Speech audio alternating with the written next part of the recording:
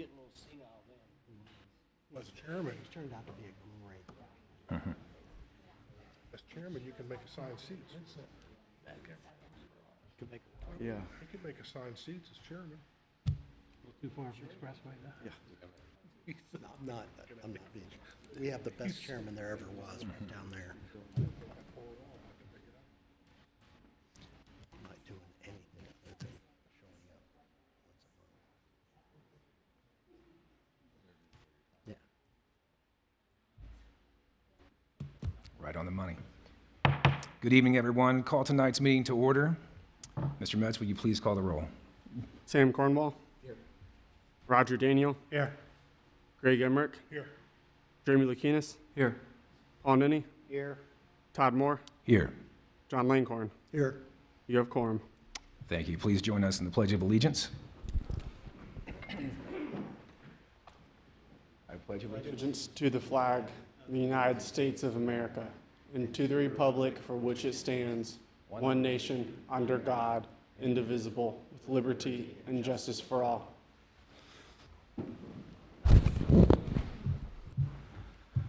Well, since this is our first meeting of the year, we have our annual organizational meeting. So we'll need nominations for chair and vice chair. I nominate Todd for chairman and Jeremy for vice chairman, same as it was last year.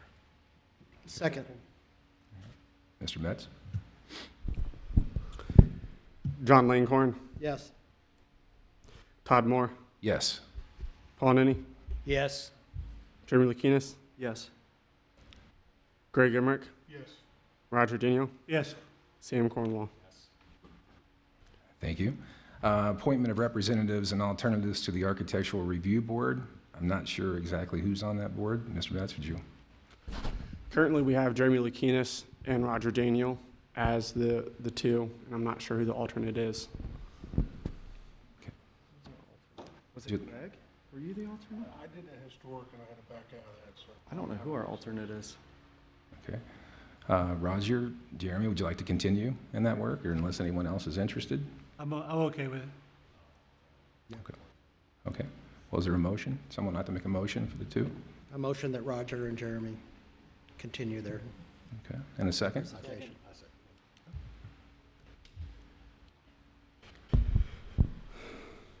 John Langhorn. Yes. Todd Moore. Yes. Paul Nenny. Yes. Jeremy Lukinas. Yes. Greg Emmerich. Yes. Roger Daniel. Yes. And Sam Cornwall. Yes. Okay, next we have a representative to the Historic Commission. Who's the current rep, or would anyone else be interested in serving? Todd, real quick. Who was the alternate? Oh, alternate, yes. I'm not sure we picked one. We don't have one. Were you the alternate? Sam, would you want to continue? Okay. I nominate Sam to continue as alternate. Second. Okay. Yep. Thank you. Be Sam. Okay, thank you. Yes. Okay. Do we need to vote on that one as well? Or are we okay? Go ahead and vote. Yeah, I thought we did. Yeah. You can call the roll, Mr. Metz, when you're ready. Sam Cornwall. Yes. Roger Daniel. Yes. Greg Emmerich. Yes. Jeremy Lukinas. Yes. Paul Nenny. Yes. Todd Moore. Yes. John Langhorn. Yes. Okay, now an appointment to the Historic Commission. Anybody come in, we can talk. Who's currently on that? You? I thought it was Sam. What was the question? I'm sorry. Historic Commission, Aren't you rep on to the Historic Commission. Historical Commission? You guys were already on You're there. already Yeah, I'm already on there. Yeah. Sam, didn't you take that over? Did you do that, the historic? Sam is our representative from planning. You want to still do it? Okay. Nominate Sam Cornwall. I'll second it. John Langhorn. Yes. Todd Moore. Yes. Paul Nenny. Yes. Jeremy Lukinas. Yes. Greg Emmerich. Yes. Roger Daniel. Yes. Sam Cornwall. Yes.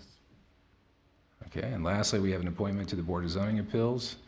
I'm currently on Board of Zoning Appeals. If anyone would like to reappoint me, I'm certainly willing to serve unless someone else is willing to serve. I nominate Todd Moore. Second. Sam Cornwall, Yes. Roger Daniel, Yes. Greg Emmerich, Yes. Jeremy Lukinas, Yes. Paul Nenny, Yes. Todd Moore, Yes. and John Langhorn. Yes. All right, thank you, everyone, for going through the reorganization. Next on our agenda tonight is our meeting minutes from November 9th, 2022. Hopefully, everyone's had a chance to review minutes. Any comments or corrections from our previous minutes? Okay, if there are none, do we have a motion? I'll make a motion to approve the minutes from November 9th, 2022. Second. Second. John Langhorn, Yes. Todd Moore, Yes. Paul Nenny, Yes. Jeremy Lukinas, Yes. Greg Emmerich, Yes. Roger Daniel, Yes. Sam Cornwall. Yes. Okay. Well, that brings us to our first public hearing of the evening. This is a request by applicant Todd Duplain on behalf of property owners Fisher Family Foundation at the City of Middletown for approval of a preliminary development plan to construct an event center, Class A retail and office, hotels, restaurants, and a variety of residential product types at the intersection of State Route 122 and Union Road. Before we get started, I will swear in Mr. Metz. Do you swear the testimony you're about to give to the board is the truth, the whole truth, nothing but the truth? I do. Thank you, Mr. Metz.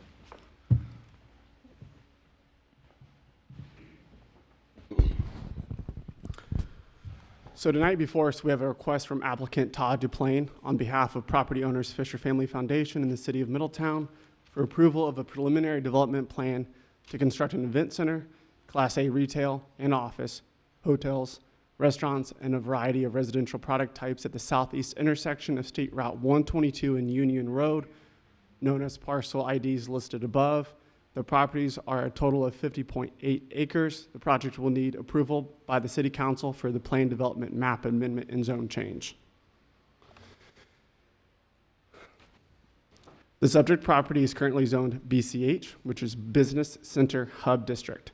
Per the Middletown Development Code, the purpose of the BCH subdistrict is to create an urban mixed-use core that serves as a vibrant hub of the BC district, encourage signature architecture and landscaping treatment, and an urban pedestrian scale environment through building height and building and parking lot placement and design.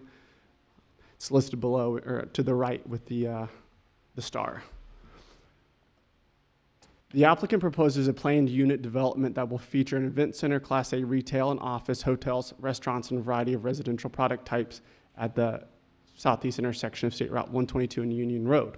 Per the Middletown Development Code, the purpose of the planned development district is to provide an opportunity for creative and flexible land development where a base zoning district will not accommodate the proposed development, but where such development will further the purpose of this code, the goals, the policies of the master plan.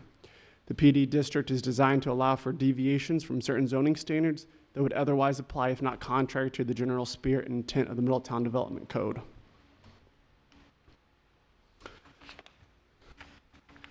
Per the Middletown Development Code, the permitted uses within the BCH district include multifamily dwellings, multi-tenant development, office space, medical offices, financial institutions, recreational facilities, retail and service-oriented uses, and conference centers. So what was already previously listed for the applicant, I've just highlighted that these uses would be permitted within the BCH district. Additionally, here are the site development standards, and I will read those for you as well.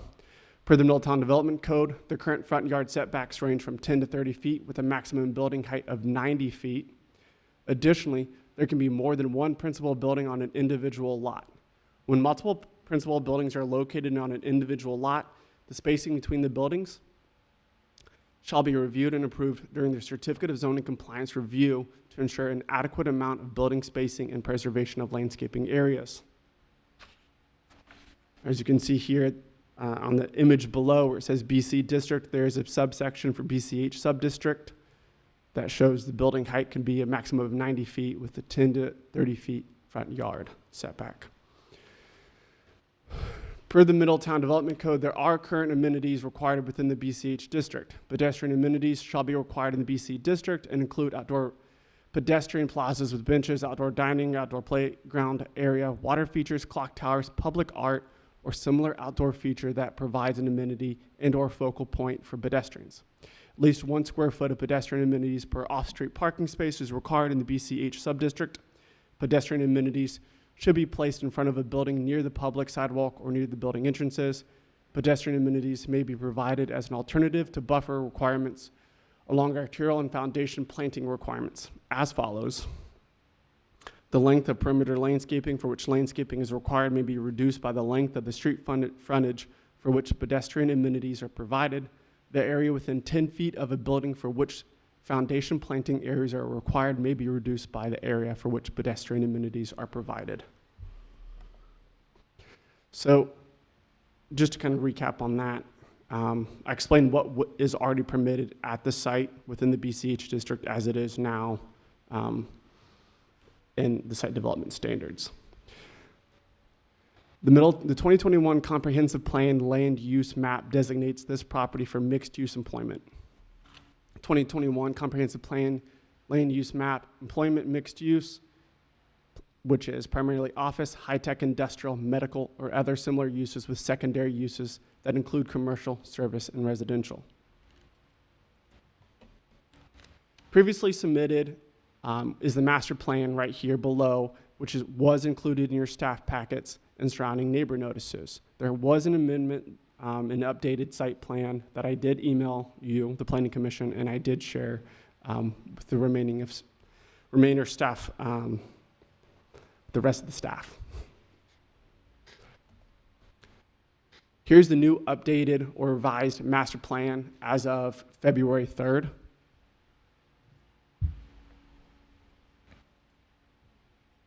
It indicates the event center in the middle. Yellow indicates multifamily residential or townhome residential. Orange represents convenience store / commercial, and a darker red would be retail.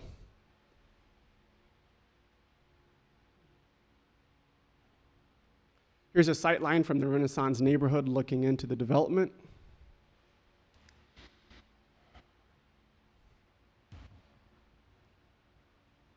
Here's another site section looking into the Renaissance neighborhood.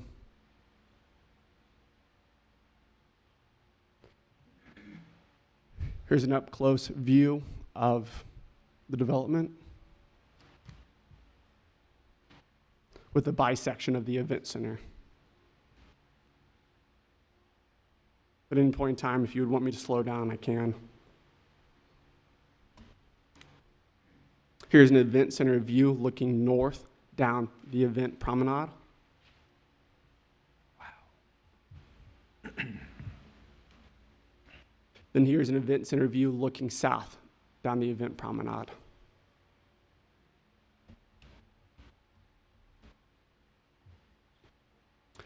The public notice requirement per the Middletown Development Code, Chapter 1226-1, notice requirements. Public notice was published in the paper and letters were sent to all property owners within 200 feet of the property. Additionally, I sent it to the Renaissance HOA. All letters and emails that were received were forwarded to the Planning Commission. The city's internal development committee reviewed the proposal and gave its support. The development committee includes the city manager and assistant city manager, economic development department, law department, public works and engineering department, police, development services, building inspections, planning and zoning, and code enforcement.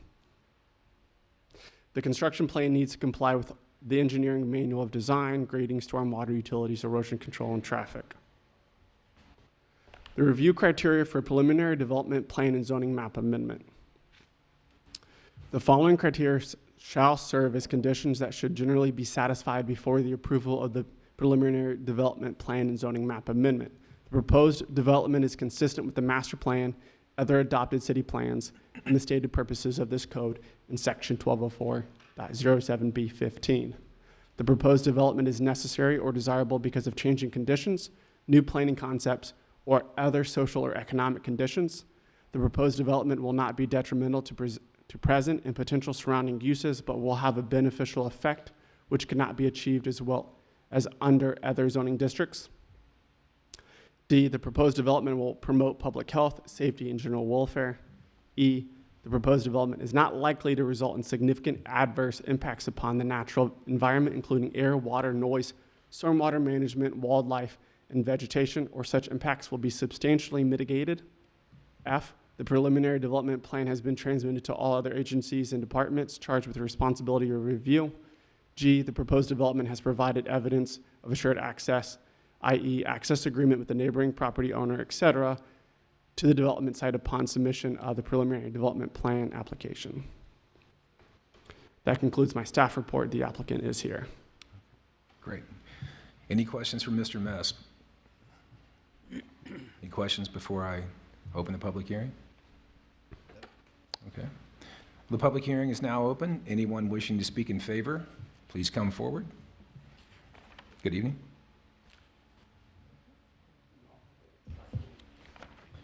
Please state your name and address for the record. Todd Duplain, 205 East First Street, Dayton, Ohio. Thank you. The testimony you're about to give to the board is the truth, the whole truth, nothing but the truth. Thank you, sir. First of all, while he's pulling up the PowerPoint, I want to say my name is Todd Duplain. I'm a principal with a company called Woodard Development. We are a Dayton-based developer who have participated in quite a few developments, most of which are mixed use in nature, similar to this. I want to thank all of you and to the city staff for their help thus far and quite frankly, your present engagement in this obviously very important project. I want to start by saying that while there is much work to be done, and I will address what work we still have to do, we here as a community have the opportunity to launch what will truly be a transformative project for the city, for the county, and the region. As someone who has been part of this local real estate development community for about 25 years, there's always been a vision of growth between Dayton and Cincinnati. I think today we're going to hear and present a potential project that validates not just that vision, but also, and maybe more importantly, establishes the city of Middletown as the epicenter for that growth. That's why we're here. This investment ultimately is going to be over $200 million, and I think we've got a pretty good team to pull it off. Real quickly on the agenda that we're going to discuss here, I've got a team over here with me that's going to help me with this presentation. The agenda is as follows. First of all, we're going to go through the goal of the project, which Lee is going to describe. He's going to introduce the rest of the team, the location, the site plans. We're going to discuss the various buildings and give you some examples of what they might look like. The common community concerns, we're going to address some of those proactively, and then some of the community benefits. I will say we've assembled a team from all over, quite frankly, the United States with significant expertise. My role in this development will be akin to almost like a primary care physician. Over on this side, these are the specialists. These are the surgeons. They have done these types of projects. They have tremendous depth of knowledge, of experience with event centers that are anchoring bigger mixed-use developments. Okay, so this is the only time I'm going to be a little bit of a wet blanket, so I apologize. I do want to say, in case there's press here, and just to set the expectations, this is a preliminary development plan. It is still a work in progress, and the final development plan will ultimately vary from what you see here. I want to tell you what won't change is this team's commitment to a Class A mixed-use development. That won't change. Buildings might change here and there, designs might change here and there, but our commitment to a Class A mixed-use development will not change. We don't know all the users that will be here, the food and beverage operators, the exact look of the residential at this preliminary plan stage. We certainly will at the final plan stage. But what we do know is that this team is committed to the county and to the city to develop a first-class development that I think everyone can be proud of. 2, the timeline of this development is not yet solidified. It will vary. Aligning all the stars, as you can imagine, in a project of this size is challenging. There's users we have to get on board, financing, incentives, construction contracts, et cetera, and that is no small feat. I would say at this point, we hope to be in place to commence the project either later this year or early next year, but there are no guarantees. Thirdly, and this is the last wet bullet or wet blanket statement I'll make, is that the feasibility is not yet assured of this project. As you guys probably well know, being involved in various developments, the development process can be like a roller coaster. There are days and weeks and months where you're on the top of the hill and you think we've got it. We can see the horizon, this is going to happen. Then there are days, weeks, and months where you're at the bottom. We are still on that roller coaster ride, so I want to set the expectation. We think we've got a very good chance of executing this development.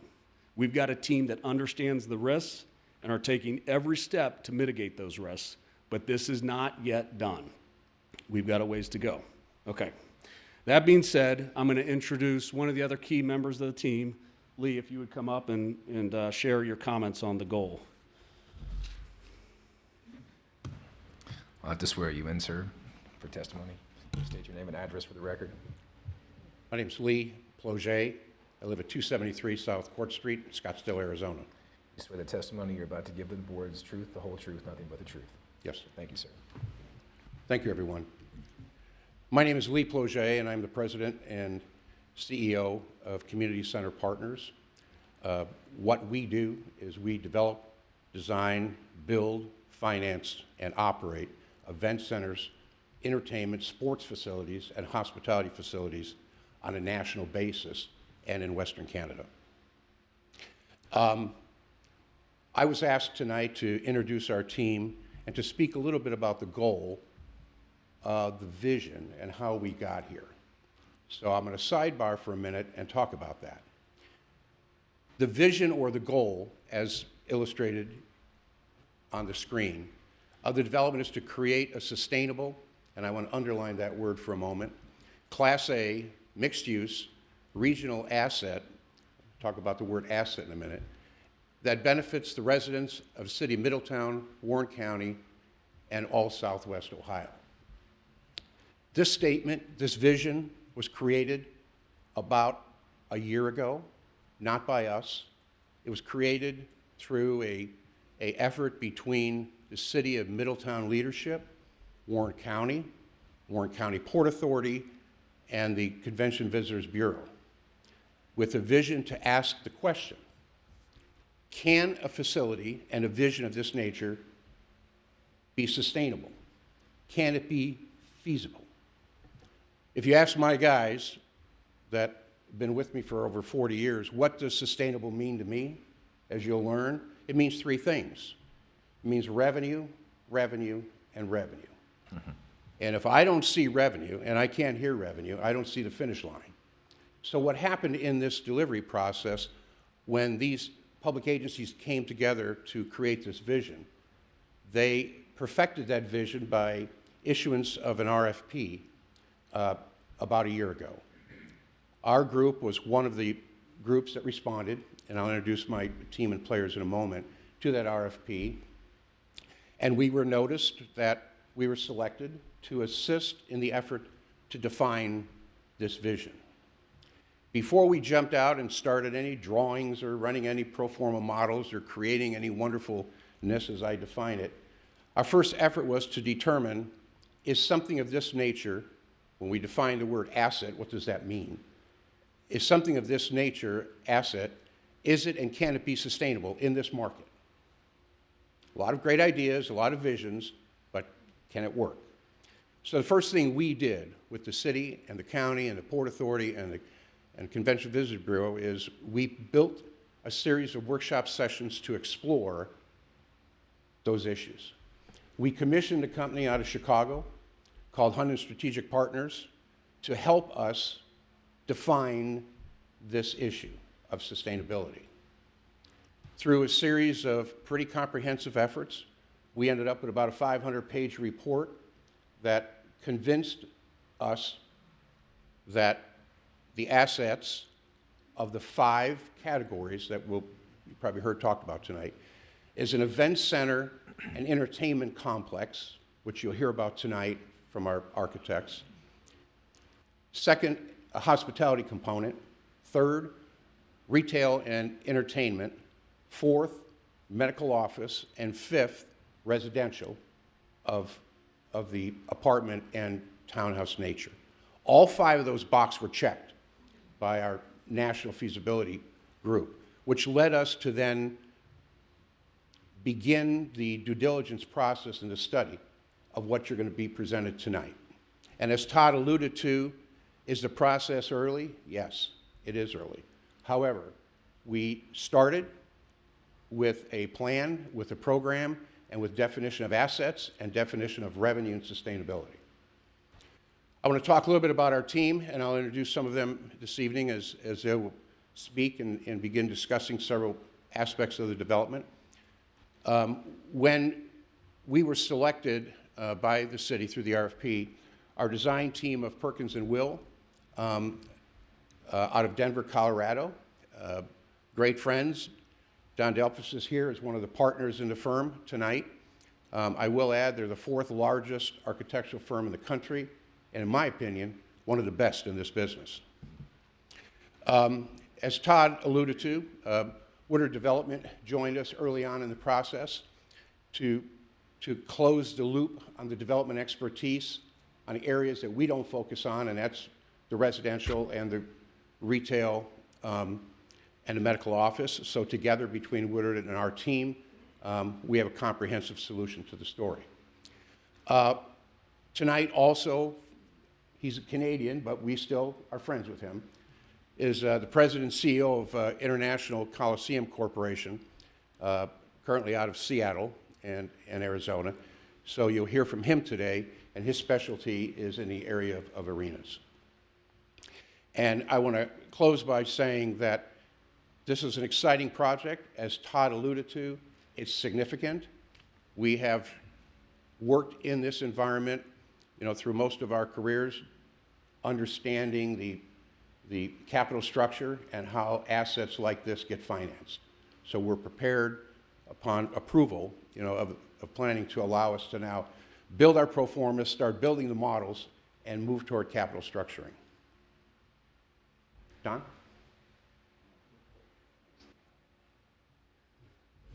So before Don comes up, I'm just going to do very quickly. I think James outlined it very well.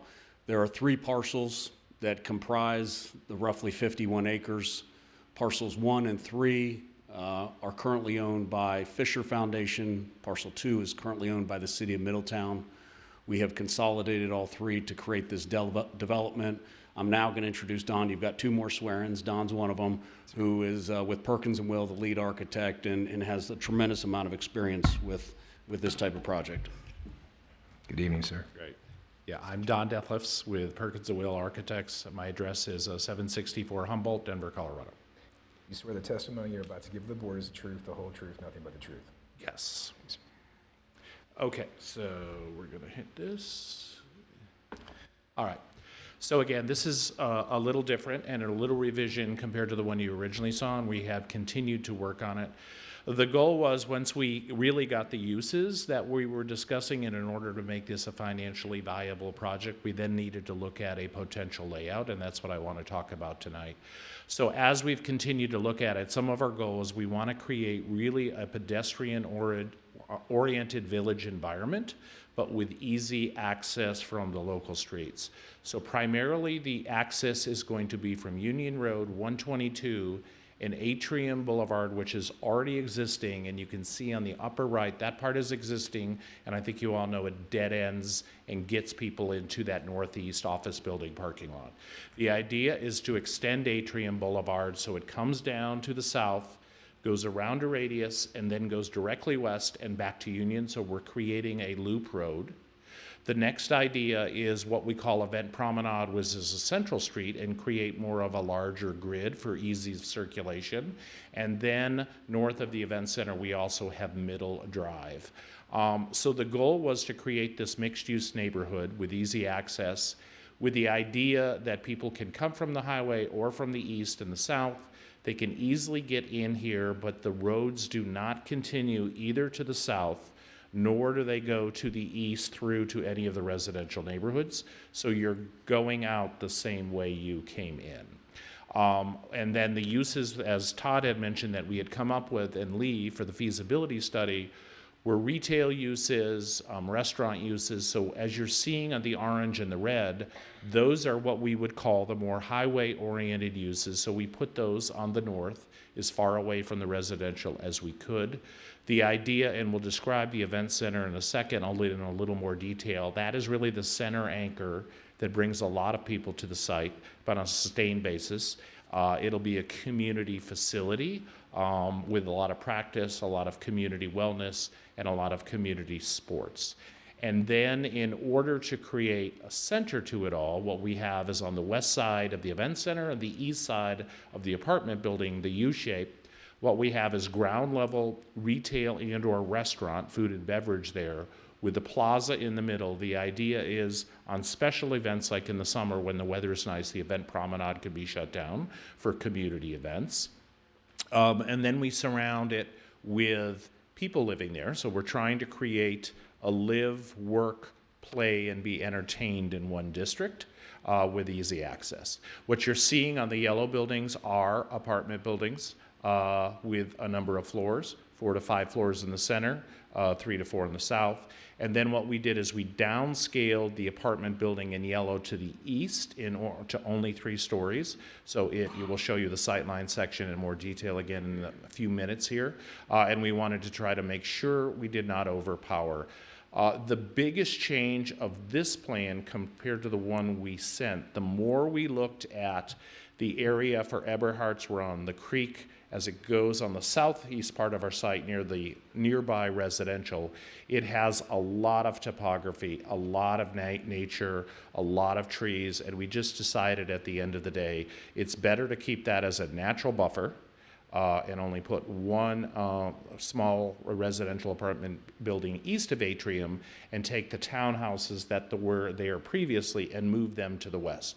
So what you're seeing, the little dots over on the west off of between Union and the larger apartment, those are all townhouses with garage, with their own yard. And then also that is the low part of the site.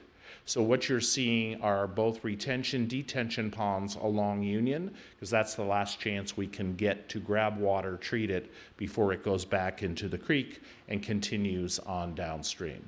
The other elements that we have, as we pointed out, is the medical office building, which is the curved one, and we've shown that attached to the event center, depending on who comes in that use. If it's an orthopedic use or treatment use, they may want to connect to the event center. That's why we put it there, and they really work together.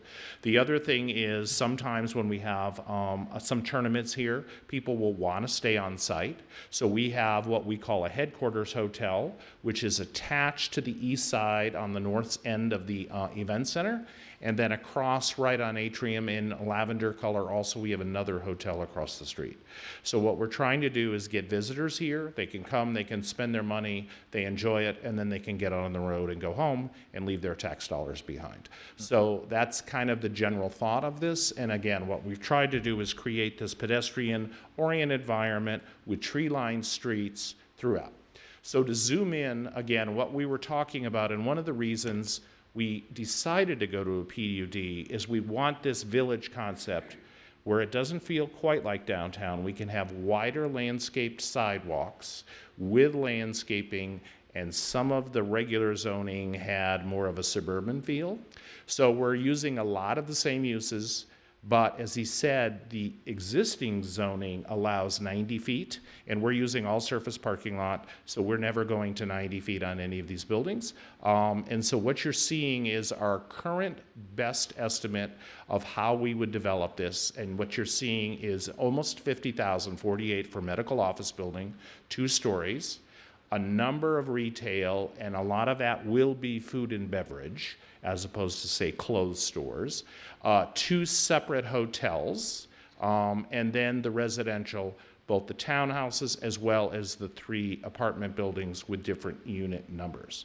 So all in, we've got I think a point, if you look at the one on the right, the total floor area ratio is 0.43, which is significantly less than what was allowed by the previous zoning. And then the other thing, what we have to do is balance the parking for all of these uses. And so what we have is, if we go back to this one, north of the creek, we have over 2,000 spaces, which are all the white dispersed parking lots on the north side of the street. And then the idea is, we decided that's really not quite enough parking when we have an event center. And so what we added here is to come up with a shared agreement and build that curvy parking lot just south of the creek with a bridge over the creek that is approximately just under 400 spaces. When we add that, and the school that owns or is going to own that, their long-term plan is to try to create a field complex down there. So the idea is that parking lot could serve this mixed-use development, and then on off days, when they have bigger events at the field, it could also serve the fields. So it's got dual use, and we don't have a parking lot that's just sitting there vacant half the time. So that's really how we developed it. And what we're doing, as I said, is we're maintaining the creek bed all the way along. And then as it gets to the east, closer to the single family houses, we are maintaining all of that kind of natural area where there's two valleys or swales that two forks of the stream go through and then connect into the main Eberhardt's Run. So Rick is going to come up and talk, but again, what you're seeing here was a preliminary image of what the event center could look like, and we'll talk in just a second about the height, but I want to because Rick and I have done a lot of arenas, probably about 10 arenas together, and I want to have him talk about how generally these event centers work, and how they work on a daily basis. Rick? Hi, Rick. Hi, Rick Kozeback, International Coliseums, 14301 North 87th, Scottsdale, Arizona. Thank you, sir. You swear the testimony you're about to give the board is the truth, the whole truth, nothing but the truth. I do. Thank you. I'll just take it back one if I could. So what we want to do here is just give you a quick little introduction to the event center building itself and the complex. Just we've touched on it briefly, and I'd like to go in a little bit more detail. So the two images here are very preliminary, very early images, but going back to what Lee and Todd were saying earlier about a Class A product, we wanted to give you an introduction to the quality of the building that we have been designing and working together on, so that you can see that it's high quality, it's a very visible building, it's an attractive building, and it will enhance the neighborhood that it's in, it'll enhance the community in general. The image to the lower image is the one that has that balcony facing to the north. So that faces 122. Folks who are on the balcony at the upper level of the building would be able to look down onto the event lawn area, I guess we could call it. We have a promenade area there that could be, as Don was saying, closed off for festivals and certain types of events that we want to create an image into the community. So that gives us that run. If you look at the other one on the top, that is more the southern exposure. So that back end of the building faces south. And that kind of faces that lower parking lot that Don was talking about. Gives us an entrance to the south. We have an entrance facing the west, and we have an entrance facing out there to the north. So it gives us some really good opportunities to put people into the building. And as I get to the next slide here, whoops, wrong way, sorry. Now we take the roof off this building and have a look at what's inside this product. We're talking about a 200,000 square foot building that has 3 specific product types within it.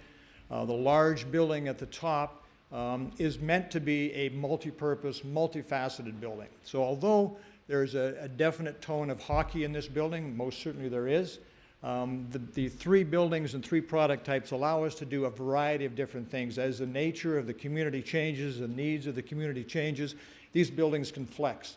So the top building right now, we have it set in a potential graduation format. So high school graduations could be housed in this building. We've got 3,000 fixed seats inside the building.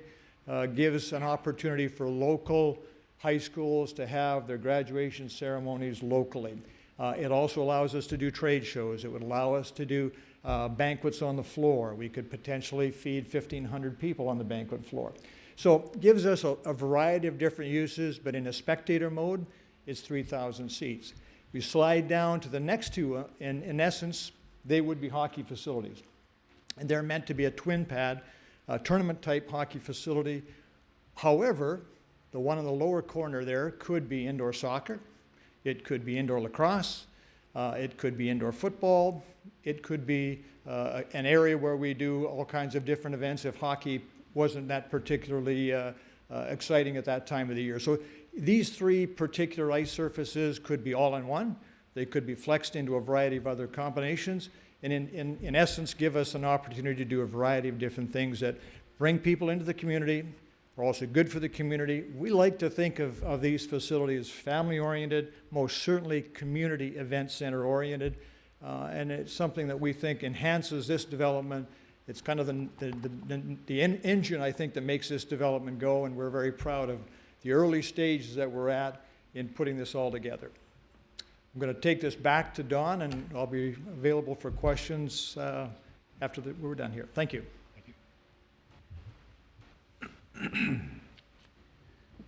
Actually, I'll take over, and I'm going to go through, while that was a great introduction to the event center, I'm going to go through primarily the vision.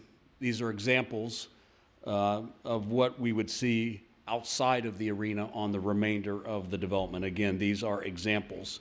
I want to make sure everyone knows that at this point, we have not secured any particular hotel, restaurant, food and beverage. We're certainly talking with quite a few, but these are example pictures of the type and quality of development that we want to bring to the city. So in terms of the hospitality, we will be going after two types of hotels. Certainly, we would love to have a full-service hotel, think Hilton, Marriott, Hyatt. We would also love to attract select and limited service hotels, think Hilton Garden Inn, Hawthorne Suites, Spring Hill Suites, etc. What we will not pursue is budget hotels and motels. We will not do that. So full service, select or limited service. As it relates to the townhomes, I suspect we will do more of a 2 or 3 story product. I suspect it'll be 1,500 to 2,000 square feet in the price range of $325,000 to $425,000. We are very excited to bring this type of product type to the city of Middletown. We are seeing quite a bit of it happen all around Ohio with tremendous amount of success. In terms of the multifamily, let me be clear, we will provide only Class A multifamily. This will be 3 to 4 stories. The rents will be in the range of $750 to $2,000 a month. There are plenty of examples of this type of development in Westchester and Centerville, et cetera.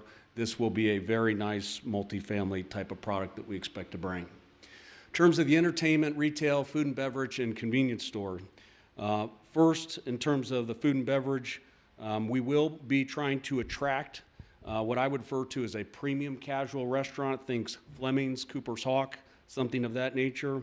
Certainly, we will go after what I'm going to refer to as casual restaurants, think First Watch, Another Broken Egg, Cracker Barrel, Macaroni Grill, Zaxby's. There will absolutely be on 122, we hope, some fast casuals, think Chipotle, Piata, Panera, Starbucks, Five Guys, Dunkin' Donuts, Chick-fil-A, Qdoba, etc. And then we will be bringing something, we are really interested in bringing something we're going to refer to as entertainment. If you haven't heard this word, I don't fault you. It is a new buzzword, and it really is a term that describes the concept of combining food and entertainment into a single experience. The goal of this entertainment is to create a unique and enjoyable atmosphere that appeals to a wide range of customers, particularly families, encouraging them to spend more time at the establishment and engage in various forms of entertainment while they enjoy their meal. There will also potentially be some general merchandise retail, some service retail. We expect to do a high-end convenience store at the corner of 122 and Union, potentially a pharmacy. We will be doing a medical office building potentially on site or an office building. This is the type of quality that we would anticipate on both any office or medical office building.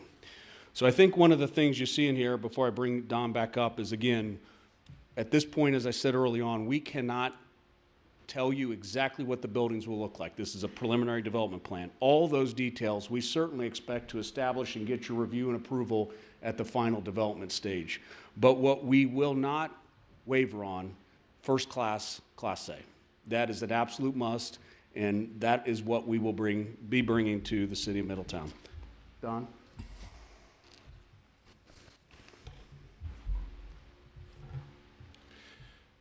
The last thing I wanted to talk about, it was both the traffic, again, I think I tried to describe it, but just to make sure everyone understands.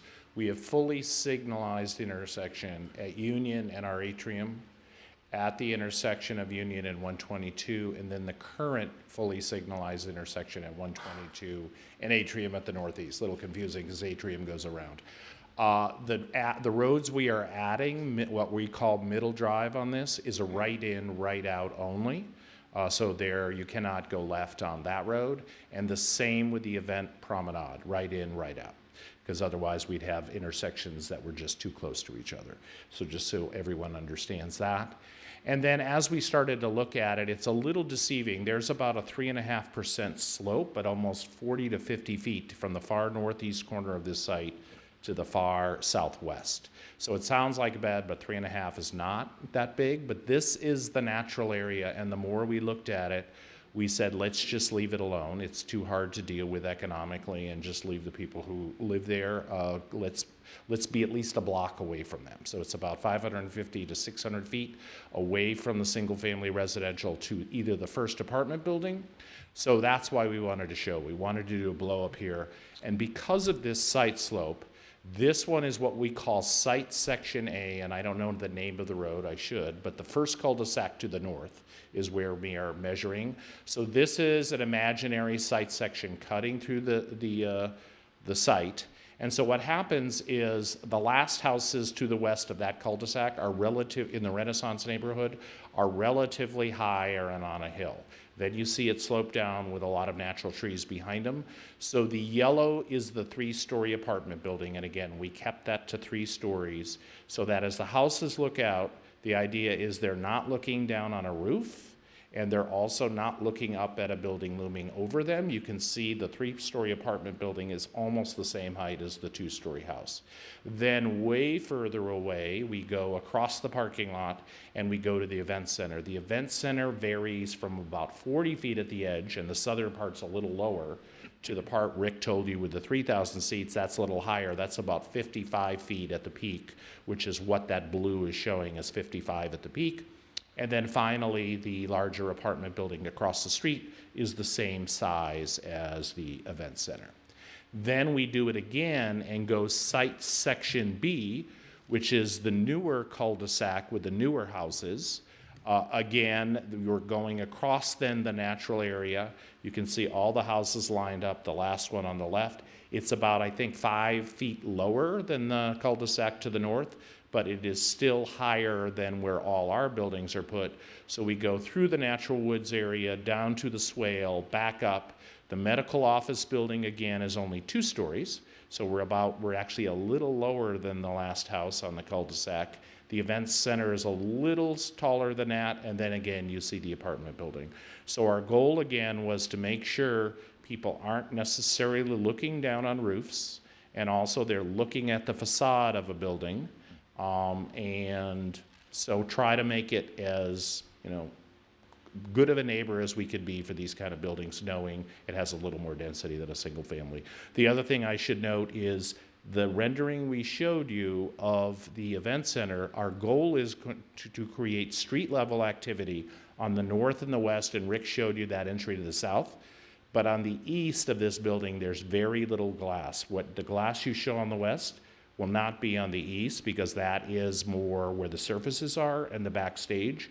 So we're not going to have a lot of lights. We may have a few windows, but not a lot of lights looking towards the residential is kind of our overall goal of development here.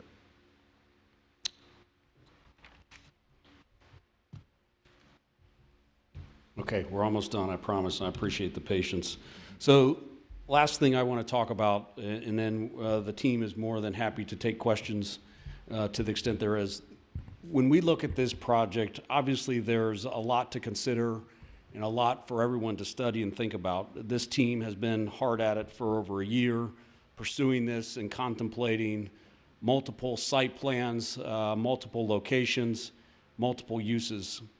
And we all feel very comfortable where we've ended up thus far. I will say we believe very, very strongly that there will be three major buckets of benefits to the community being the city of Middletown, Warren County, and quite frankly, the larger region. First of all, there's going to be quality of life benefits. Secondly, economic benefits. And then three, I'll just say some other benefits. In terms of quality of life, we expect to provide very unique shopping, amenities, and services that currently don't exist in the area. As you heard about the event center, there's really nothing like this in Southwest Ohio, and it's going to be able to host a variety of events with its flexibility. Certainly, we plan on providing phenomenal entertainment and dining options for residents and employees, and there'll be some unique living options that currently don't exist in the city. In terms of the economic benefits, quickly, certainly there's going to be a tremendous amount of real estate taxes, sales taxes, and hotel taxes that are generated from this project. Payroll taxes, we think there will be, according to the Hunden study that Lee referred to, at least 245 on-site full-time jobs. And quite frankly, we've been involved in a lot of mixed-use developments around Southwest Ohio. The reality is when you look at mixed-use developments and then the neighborhoods that surround them, those neighborhoods that touch and surround mixed-use developments, those homes appreciate more than the broader community. So the reality is we certainly would expect that here. We think that, we can't guarantee that obviously, but generally speaking, if you look at there's three mixed-use developments in Dayton: Austin Landy, Cornerstone, and the Green. If you look at the houses around there, they all do better than the broader community. So we believe there will be some housing appreciation that outpaces the broader market. Last thing is, we think that this is a great eastern front door to the city. We see the eastern side of Middletown as being an important part. Certainly the city's emphasis a lot has been, and for good reason, on the western side, but the eastern side, we feel like the time is now. And we hope with your support and the team that we have that we can help execute this development. So at that point, that concludes our team's comments, and we'll be more than happy to take questions if appropriate. Thank you. Do we have questions? Have you identified who's going to be the operator of this? Or is this going to really depend a lot on being able to attract events, attract tournaments and that sort of thing? Thank you, great question.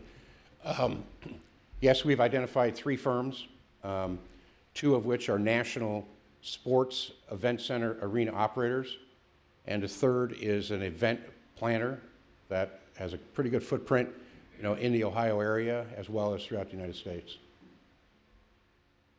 Okay. I have a question, sir.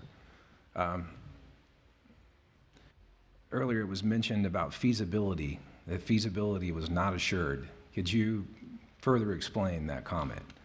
Is this feasibility in terms of you looking for financing? Certainly the proposal, a wonderful vision for the project, but I'm curious about a few details about feasibility. Right. The protocol in our business is that from an underwriting perspective, for example, our lead bank is Barclays. So from an underwriting perspective, validation of revenues, and I go back to that word again, is paramount. When it comes to the operators, when it comes to tenants, when it comes to validation of the sustainability issues we talked about as to where the revenue is going to come from, all supports the feasibility and the credibility of the feasibility. Right. All right? So when we go through final underwriting, and you heard earlier that schedule-wise we're planning, assuming that we all proceed here, that by the latter part of this year, we will go through this revenue validation process again with Hunden to take all of the projections and validations, meaning that in the months of March, April, and May of this year, our teams on the ground here will begin securing letters of intent, tenant agreements, contract use agreements, all in accordance, with our underwriting requirements, that then are inputted into the Hunden report and then become a part of our offering document for putting our financing in place. So the issue today is that when you heard that feasibility is not assured, it's not assured until we go through this process that I just explained and validate revenues to make them bankable. And the second question I have is about the design itself. I'm not certain what the market is for hockey rinks. That is just a shortcoming. I'm not sure. That is certainly something different for the city of Middletown. Yes. Let's just, in doing your work planning the project, what led you to this notion of a rink itself? Originally, it started with a rink, a plan, and a dual across at the current mall site. But, so when we get Hunden involved, one of the first things they do is they start looking at the market for every kind of use. So the interesting part, and probably I would say the most encouraging, was how strong the market for ice was, like shockingly great. And then when we do a lot of event centers, and so for those who don't know, an ice rink, this will have a full concrete floor.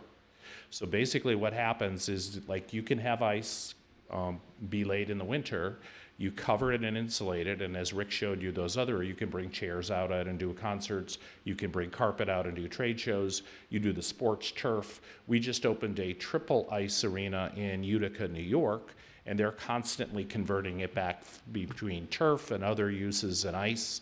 And traditionally in the business, people who pay for ice time have paid more, quite honestly, than other kind of uses per hour.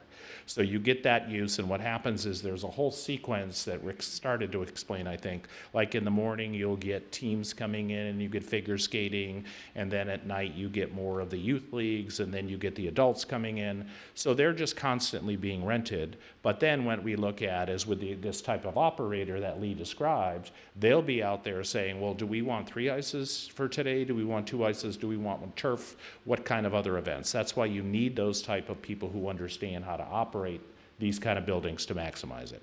But sometimes we go to other communities and there is either too much competition for ice, or they don't, get the dollars per hour. And when Hunden came back with what he thought we could get per hour, it was one of the most encouraging things we've seen. And so that was very a great result, we thought. So that's why we're like 3. And then the difference is if you have a double ice versus 3, you have a larger facility that you can attract people from further away, because there's just not that many triple ice facilities, so it puts you in a really different niche than just a community single or double ice.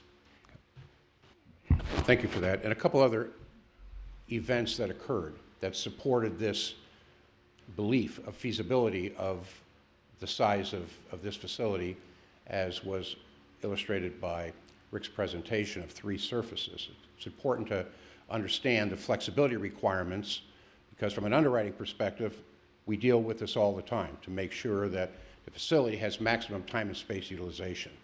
And we go through the pains of defining that.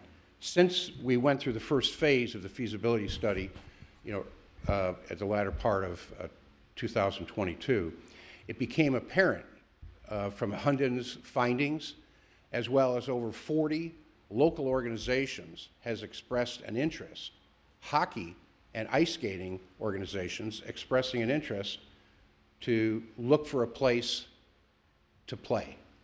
We were also contacted by one of the premier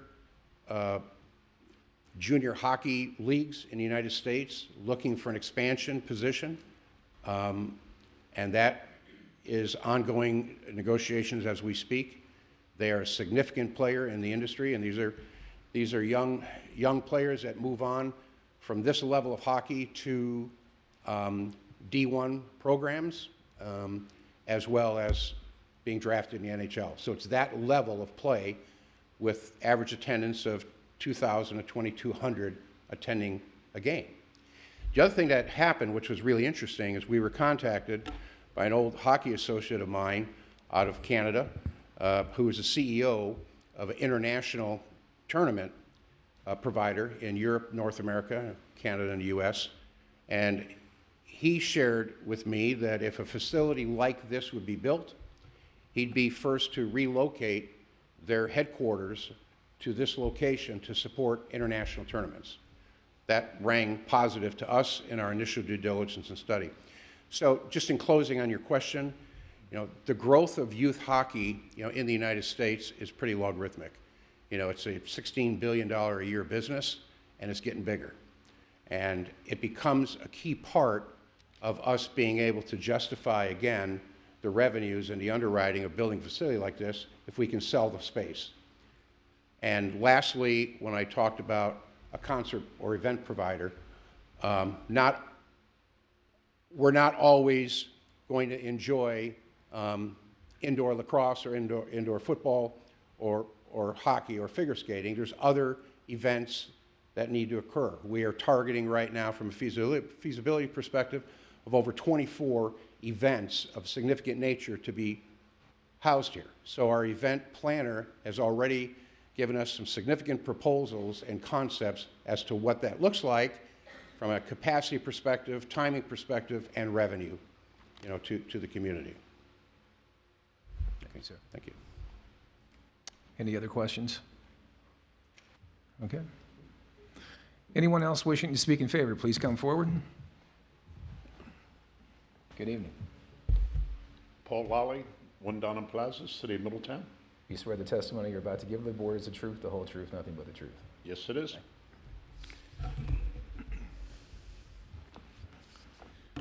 Good evening, members of Planning Commission. My name is Paul Lally, and I'm the city manager for the City of Middletown. As the gentleman stated, the City of Middletown and others have been working on this project for almost 2 years now, a bit over a year and a half.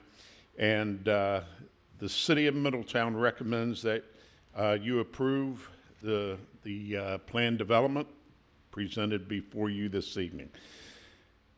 This project is a very important part of Middletown's future.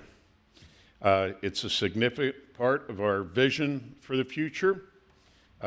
We do things every day in the City of Middletown to improve the quality of life that this project will do.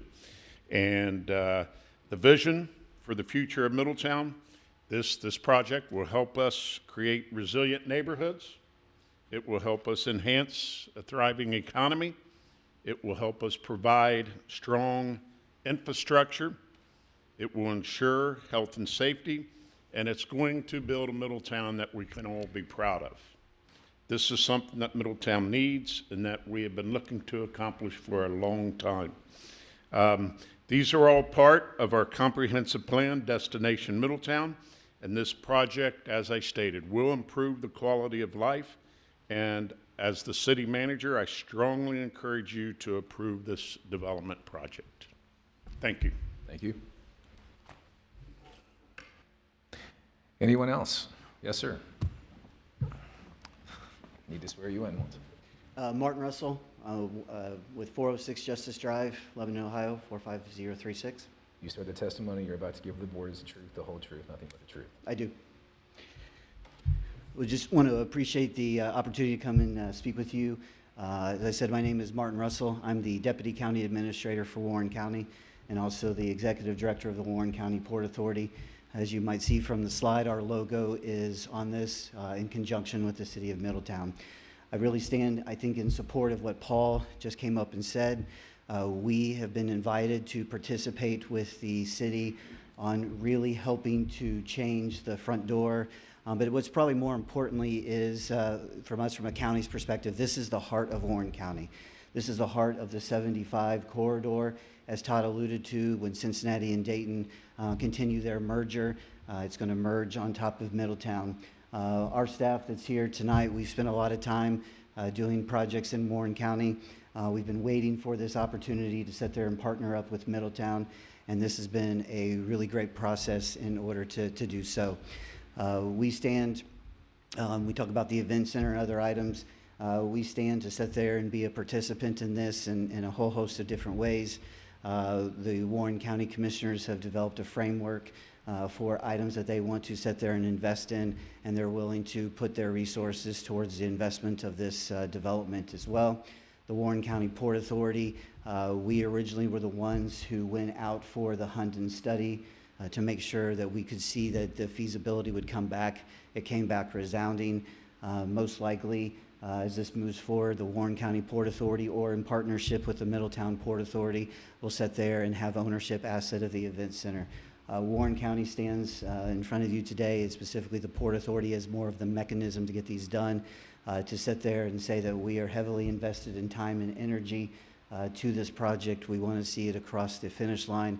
We will throw the full support of the Port Authority behind this to get this accomplished. As you may or may not be aware, Warren County's leading industry is tourism. We like to sit there and have folks, obviously, with the things that are known, whether it be Kings Island, Great Wolf Lodge, to our recreation facilities at Caesars Creek. But one of the things we've also specialized in is sports tourism, with the opening of the sports park down there around the Otterbein complex.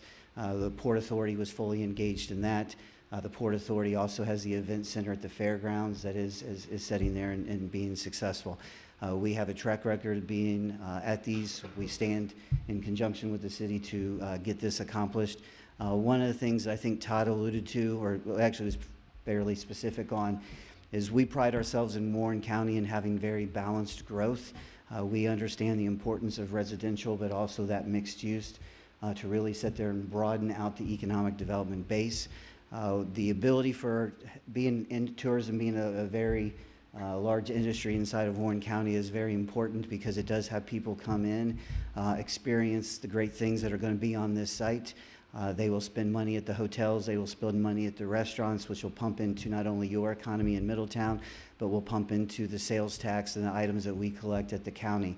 Why that's important to us is that helps us provide very low tax structure, providing great services to the community at a very low cost. So we really value the importance of mixed-use, balanced growth, and we think this will be a great opportunity for the city of Middletown and for Warren County. Thank you. Any questions? Thank you, sir. Thank you. Anyone else wishing to speak in favor of the proposed development, please come forward. Anyone else? Okay, seeing none. Anyone wishing to speak in opposition to the proposal, please come forward.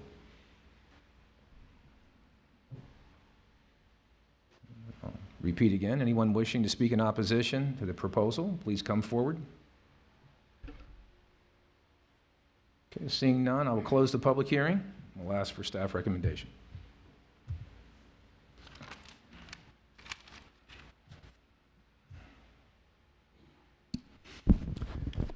Sorry for the slide whiplash. Based on the staff report provided, staff recommends approval of the preliminary development plan to construct an event center, Class A retail and office, hotels, restaurants, and a variety of residential product types at the southeast intersection of State Route 122 and Union Road. This also includes a medical office building. City Council would need to review the development plan and map amendment as a public hearing at their next regular meeting on March 21st, 2023. Okay. I was going to say, could you return back to the review criteria just for a moment so we can add some of those details into the record? I certainly support the proposal itself. I just wanted to note before we call for motions or other deliberation, I believe this is consistent with the master plan. Secondly, changing economic conditions, hearing the Port Authority and others and watching this project develop and grow. It's nice to see Warren County and the city of Middletown working together on this project. And certainly, as we think about sustainability and feasibility, that there's been a great deal of work, I think, and thought put into that. And then further for review criteria, certainly when we think about other agencies looking into this, Warren County and others. So anyone else wishing to talk about review criteria or just other comments about the proposal? Well, I'd just like to say that, Todd, to your question on the ice hockey is, it's a huge demand. There's people in Middletown that drive to Oxford to play in leagues. the parents of junior hockey players, and the people who play hockey. It's an expensive sport. Their disposable income is higher than normal. And the fact that it's multi-use, when it could be a concert or you could have a soccer tournament or football or whatever, and the fact to bring in a junior hockey league, whether it be a minor league team. I don't think we have the hockey that we used to in Cincinnati and Dayton. I just think it's a tremendous opportunity for Middletown. So I take it Spooky Nuke or whatever it's called doesn't have hockey over there? No. Okay, that's cool. Yeah. One other question, James. Didn't we get an email today that there's a resident near this that had a question about the boundary? We've had several emails today. 2 of them were for letters in support that I forwarded to you as well. And then there was an additional citizen that had concern about sightline. Yeah, and I think it was just, I just vaguely, I read it quickly, but if there could be something just to make sure it's not overbearing to his back lot. He's looking for a buffer. Yeah, just some sort of buffer, if we could, if that could be looked at before the next I step. think the sight lines were really covered, you know. Yeah, but I just would look at this one that sent the email in just to make sure of that spot. Can I say something? That was probably my. You would have to come and I'd have to swear you in. Sure, yes. I'm not saying much. That's okay.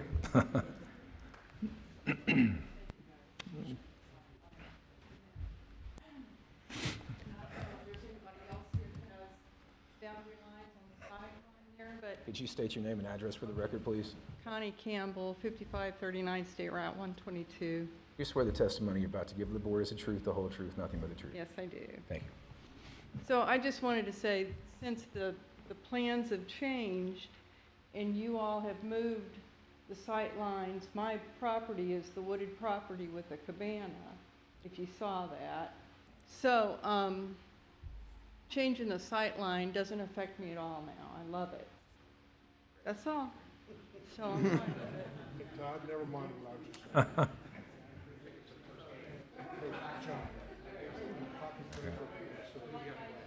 just saying. New England. We're not committed to Okay. hockey. All right, so we have closed the public hearing at this point. We've talked about some of the review criteria. Staff has recommended approval. Any other comments from the board before we call for a motion? So do we have a motion? Motion to approve. Yeah. Second. Second. Mr. Matson?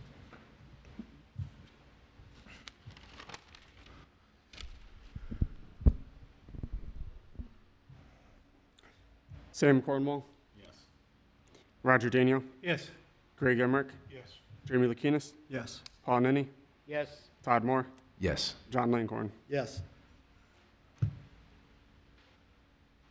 right, congratulations. We look forward to great things. This is exciting, guys. Congratulations. Big step. Big first step.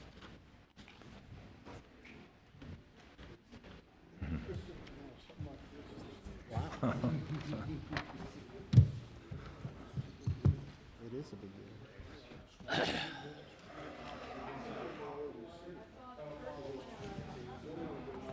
Yeah. It's good for the whole town. No, I had New England, I had employees that had kids in soccer. See, that one residential development was approved, it's only maybe a quarter of a mile from this spot. One kind of right across from the Heart. It's a lot of money. It was a combination of apartments and I think Oh, yeah. I mean, if that all, it's real close. yeah, if that all happens. I don't have any friends or know anybody that he. Most of our approvals are only good for a year. Most of these things we've Over there. approved haven't started, even though he's already a year old. This, But I'm just saying, I don't see the demand. All right, I'm glad that it's. glad it's they can not a cover it up demand with- from Middletown. I'm glad they can put turf. The great exodus. Not a demand from Middletown. yes. If you would, while it's an exciting project, if you would, please take those conversations outside. We'll move forward with our meeting tonight. Thank you so much, folks. Because there's just no demand. Yeah. People want to go down and watch the hockey. Okay, this brings us to our next case. I think it will. Tonight before us, we have an amendment to a final development plan request. This request is by applicant JB Whitehouse with Next Step Recovery for an amendment to the final development plan for a change in use to allow for transitional housing. This amendment to the development plan specifies 2 3-story residential buildings to allow transitional housing at the properties located at 1510 and 1520 Bonita Drive. Below, you'll see an image of the properties. The property is currently zoned R4P if you look at our zoning map. Essentially, all that means is it was initially R4, but now it is PD. We listed as R4P to indicate that. The purpose of the PD, the Planned Development District, is to provide an opportunity for creative and flexible land development where a base zoning district will not accommodate the proposed development, but where such development will further the purpose of this code and the goals and policies of the master plan. The Planned Development District is designed to allow for deviations from certain zoning standards that would not otherwise apply if not contrary to the general spirit and intent of the Middletown Development Code. Here you'll see the properties right here. This is 1510 and 1520 Bonita Drive.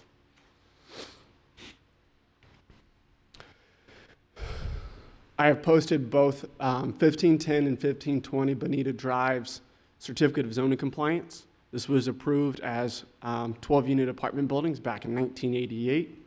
You'll see that both of those were planned use modification. At that point in time, it is now planned development. Anytime there is a change to an improved planned development, there is a process for that. A planned development shall be constructed and completed in accordance with the approved PD final development plan and all supporting data. The PD final development plan and supporting data, together with all recorded amendments, shall be binding on the applicants, their successors, grantees, and assignees, and shall limit and control the use of premises, including the internal use of buildings and structures, and the location of structures in the planned unit development as set forth therein. This would be considered a major change. Major changes to planned development generally require the approval of the Planning Commission and City Council. Development Code Administrator shall have the authority to determine if a proposed change is a major change. Such changes include, but are not limited to, expansion of the PD project beyond the original lot coverage, removal or subtraction of land from the original lot coverage, and proposed changes in the mix or combination of land uses. Tonight, it is item 3. It is a proposed change in the mix or combination of land uses. Therefore, after tonight, if approved, it would be seen before City Council. I believe the first meeting that it could potentially be seen on would be March 21st. I wanted to specify and provide some clarity between the 2 different zoning districts, or not zoning districts, uses. So the Development Code categorizes transitional housing and multifamily dwelling into 2 different use categories, each with their own approved zoning districts. Above, you'll see here we go. Above, you'll see group living. This includes group homes, dormitories, fraternities, sororities, transitional housing, rooming houses, and skilled nursing facilities or personal care facilities. This is considered group living. Below, we have household living. This is your typical single family, duplexes, all the way up to your 9-unit apartments. So currently it is 1510, 1520 Bonita is considered a multifamily dwelling apartment building with 9 to 12 units. What is being asked is transitional housing, which is above. Here you can see the applicable zoning districts in which it would be permitted for multifamily, and then above you can see that in R1 through R4, transitional housing is typically conditional use, and in the P&I, it's permitted standards. This doesn't necessarily matter because it is a planned development, it is an amendment to a planned development, but I wanted to provide some clarity as to that they are 2 separate uses. Now I'll read off the definitions. A temporary transitional housing is a temporary housing arrangement designed to assist persons to obtain skills, financial wherewithal, and/or the physical, psychological, and emotional stability necessary for independent living and permanent housing in a community. Transitional housing is housing in which an organization provides a program of therapy, counseling, supervision, and/or training for the occupants. The organization operating the program may or may not be licensed or authorized by a governmental authority. The program is for the purpose of assisting the occupants in one or more of the following types of care: protection from abuse and neglect, and developing skills and the personal stability that is necessary to adjust to life in the community. Treatment of the effects of substance abuse, even if under criminal justice supervision. The definition of transitional housing includes the terms halfway house, safe house, temporary care home, and other similar uses. The definition of transitional housing does not include the terms group home as defined in the code or other similar permanent group living facilities. I also wanted to provide the definitions for dwelling units and for multifamily dwellings. A single unit of one or more rooms providing complete independent living facilities for one or more persons, including permanent provisions for living, sleeping, eating, cooking, and sanitation, but not including a tent, cabin, motel, recreational vehicle, or other temporary or transient structure or facility. Multifamily apartment building. Building designed to incorporate 9 to 12 dwelling units, each dwelling unit to be totally separated from the other by a wall or ceiling, which is currently what is there and what is permitted. Multifamily apartment house, a building designed to incorporate 4 to 8 dwelling units, each dwelling unit to be totally separated from the other by a wall or ceiling. This apartment house is designed to appear as a large single-family dwelling unit rather than a traditional apartment building. And then I also included multifamily attached up to 4. A group up to 4 attached dwelling units that's separated by firewalls, in which each residence has its separate exterior entrance and there is no internal access to adjacent dwelling units.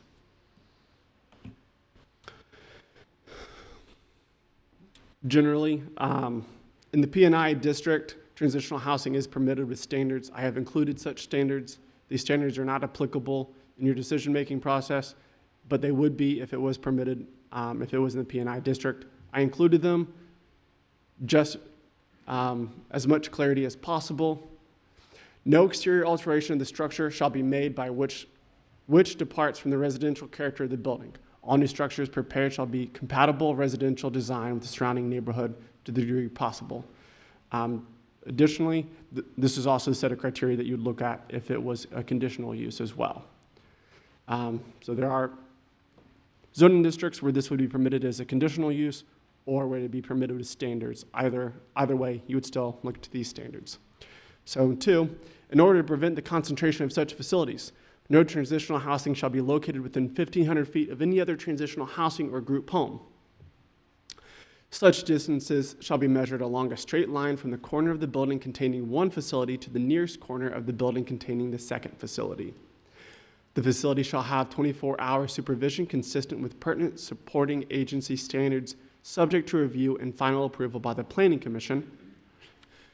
Prior to the issuance of a final certificate of occupancy, the operator or agency shall provide evidence that a valid license has been issued or is attainable for this proposed use on the subject property. If licensing is not available, a verified affidavit so stating shall be presented. I've included the review criteria for the final development plan, since this is development plan. The following criteria shall serve as conditions that should generally be satisfied before the approval of the final development plan.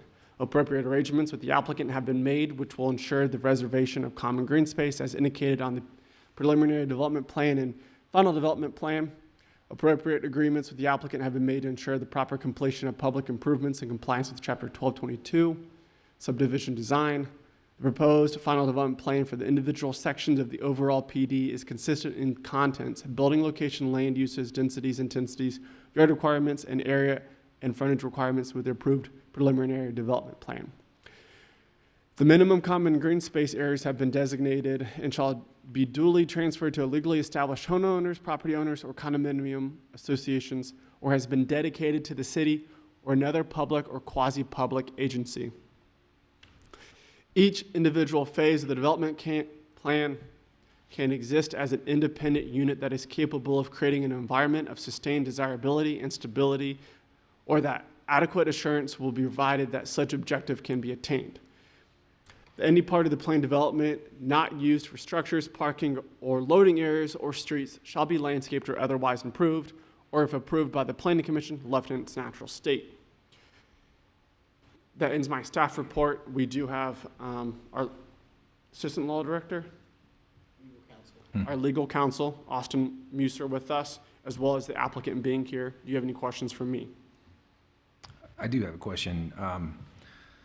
Our master plan, what is the current master plan concept for this particular area? Residential. Residential. Okay. Any other comments? Okay, we'll open the public hearing now. Anyone wishing to speak in favor? Good evening, sir. Good evening. I am an attorney, so I usually don't get sworn in. Yeah, that's right. Thank you. I'm just trying to save you a few words. Okay. My name is Tom Tepe, and I have the pleasure here to represent Next Step Recovery, who's the applicant for you. First and foremost, I serve in a very similar capacity in my community, so thank you for your time. It's a labor of love. We do it. It's not for the pay, but it's because we love where we live. So thank you for doing this. We are here tonight for requesting a major change to the PD final development plan for these properties. The properties are zoned R4P. Both properties are owned by Half Realty. I believe the owner is here this evening, and they're both 12-unit apartment complexes. Nothing is going to change about them. Nothing physically is going to change about them. So a lot of this criteria, it's not a new development. It's just asking that there be some type of transitional housing allowed in these two units. The applicant is an Ohio company founded by J.B. Whitehouse, its chief executive officer. He's over there. You'll hear from him here in just a minute. Mr. Whitehouse has worked to create a number of community housing options throughout Ohio to support others in their quest for healthy, sober living. Given the crippling impact that opioid crisis has had on Middletown and frankly, Ohio and every other place within its boundaries, this option for housing is a vital need throughout this community, and let's face it, many, many other communities as well. It's difficult to find any community that has not been impacted by this opioid epidemic. And again, what they're looking for is not necessarily, it's all addiction, opioid, alcohol, or what have you. He can get into the details of that. As you know, the City of Middletown Council approved a huge statewide settlement with the big three opioid distributors and Johnson & Johnson. Middletown received nearly $1 million in settlement proceeds to expressly assist with opioid-related expenses. Despite this significant payment, your City Council member and Vice Mayor Joe Mulligan called the money grossly inadequate and a pittance to those families, public safety employees, and neighborhoods hurt by the opioid crisis. He said the crisis has caused numerous downstream issues. What is before you this evening will further the city's mission to combat addiction. The city pled for, and in fact even sued, to get remuneration for the costs and the impact that these addictions have had on communities, and they received the money. The money is to be used to help offset and try to get everything back on the straight and narrow, if you will. What we are proposing for you here is part of a solution, not the solution, part of the solution to help combat this problem at no cost to the taxpayers. This is a private organization that wants to go ahead and provide this service to you. So that's what we're asking for you to do tonight, is to allow this to occur, and we'll get into some more details here in a second. As you know, Middletown has multiple treatment centers around here. I can list them off, but there's 6, 8, 10 of them, what have you. What we are asking for approval tonight is something completely different. This is just living. It's apartment living. There is no services provided here. There is no treatment. There are no programs. There's nothing other than some people getting together who have a common goal to try to get on with their life in a healthy manner.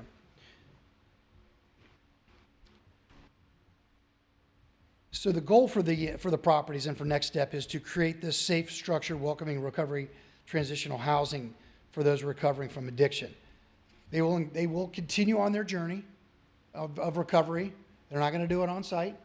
They're just going to come here and all live together in a place where they feel safe, and they are all sort of in the same boat together, if you will. There's really no difference than if a number of people left the treatment facility and went and rented an apartment in the same apartment community. Nothing would stop them from doing it. But there's a need for these people in their journey to be together and in a safe place, monitor 24 hours a day.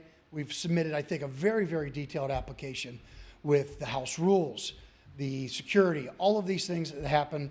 There can be transportation that can be provided, cutting down on traffic, going in and out. But again, this is just living. It's not a place for treatment is being administered. I don't believe there's no pharmacy, there's no drugs, none of that stuff. People go on about their daily lives, they do their thing, and they come back to a safe place.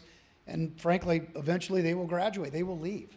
They will feel comfortable with what they have been taught and move on. You know, we've looked at the definition of transitional housing, and we're here because that's the closest thing that this thing fits. It doesn't really fit it exactly because, you know, if you look at the definitions, you know, you got to love the ands, the conjunctive versus the disjunctive. You know, there is no programming, therapy, or counseling that occurs on site. None of it does. It's just an apartment where people are going to live. There is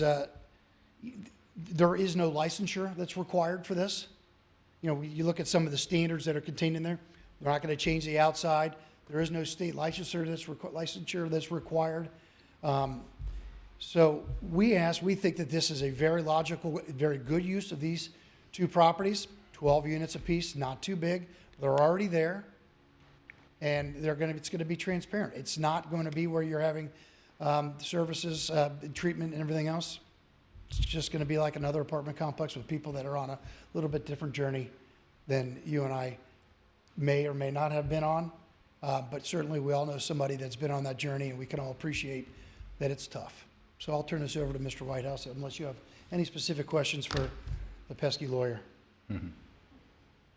Thank you for your time. Good evening, sir. Name and address for the record. Legal name, John Barnabas Whitehouse, 331 West 4th Street, Cincinnati, Ohio. You swear the testimony you're about to give to the board is the truth, the whole truth, nothing but the truth. I do. So I go by JB as I have a very interesting name. But I appreciate you for taking the time to be with us here this evening. I've prepared a statement, and I'd just like to kind of go over that and be able to open it up to any questions that you might have, and I'm sure I will have the answers.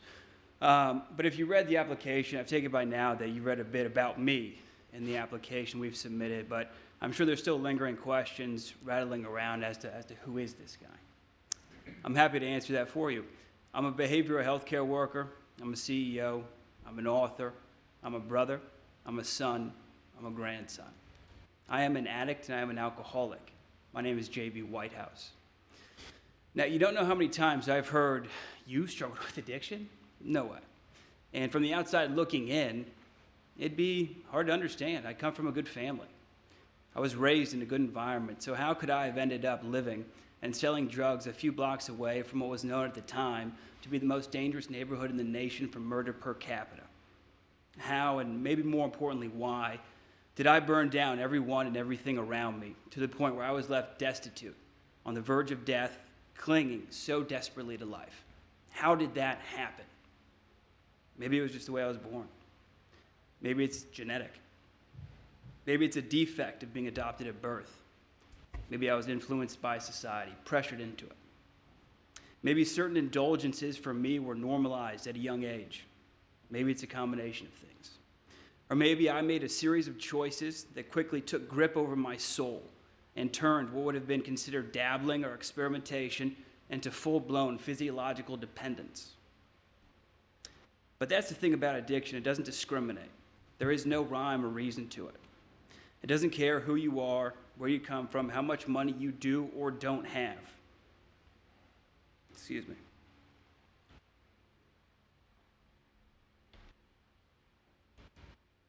Where you live, or what your job is, all of that is irrelevant.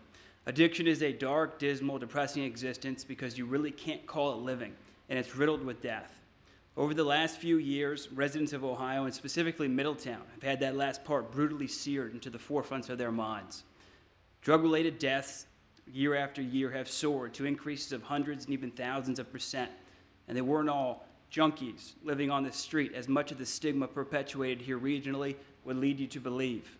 They come from all walks of life, all backgrounds, all races, all religions. They are mothers, fathers, sons, daughters, grandparents, aunts, uncles, bosses, teachers, nurses, city workers, executives. No class or position is spared. Now, by the grace of God, I had the ability to get sober when I was 23 years old, and if I hadn't, I surely would not be alive. Since I was 24 years old, I've worked in treatment. Last October, I turned 34, and last November, I celebrated 11 years of sobriety. So throughout the last 10 years, which has accounted for most of my adulthood, I've worked in the recovery field. I did not seek to lead, but I was called to it, and I answered because it was my responsibility. It was my responsibility to do what was done for me and to help those who find themselves in the exact same position I was once in. My responsibility to extend to them the greatest gift one human can give to another, hope. And as my life has progressed over the years, my responsibility has taken on new shape, which is to develop the systems and means for people to transform their lives. I answer the call because I, and in this moment, collectively, we, are capable of bringing on a necessary change to help serve a population who desperately needs our assistance, to build the infrastructure for a new way of living, and to serve those who are currently seeking to help themselves learn this new way of living. My job as CEO of any organization is to provide undisputed and unmatched excellence when it comes to quality of care across all phases of treatment and supplemental assistance for those seeking treatment. What we seek to do today is not treatment. It's not as complex, but it is just as important. We seek to be granted the ability to help those struggling learn how to live a life of recovery in a safe, structured, and welcoming environment. And while doing this, and while learning this new way of living, help them to develop a strong foundation for life in recovery, find success in sobriety, then learn how to translate that newfound success in sobriety to success in life. Recovery housing as defined by the state, or transitional housing as defined by Middletown, is a greatly underserved need when speaking in the context of recovery from addiction.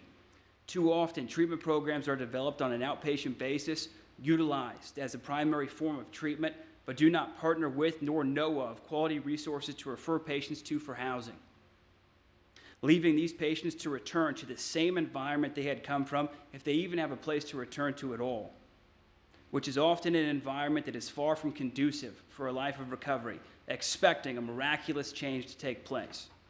Unfortunately, I cannot place my faith solely into miracles when the fundamental process of these expected transformations is flawed. I have to do what I view it as my responsibility to do, which is, when needed, create the ability for individuals to seek quality housing environments that are structured to give them the best opportunity to be successful in sobriety. That's what we are requesting of you this evening, to be granted the opportunity to do so. Nothing more. Mr. Whitehouse, thank you for that. I'm trying to get a grasp of the type of recovery model that you're proposing. Okay.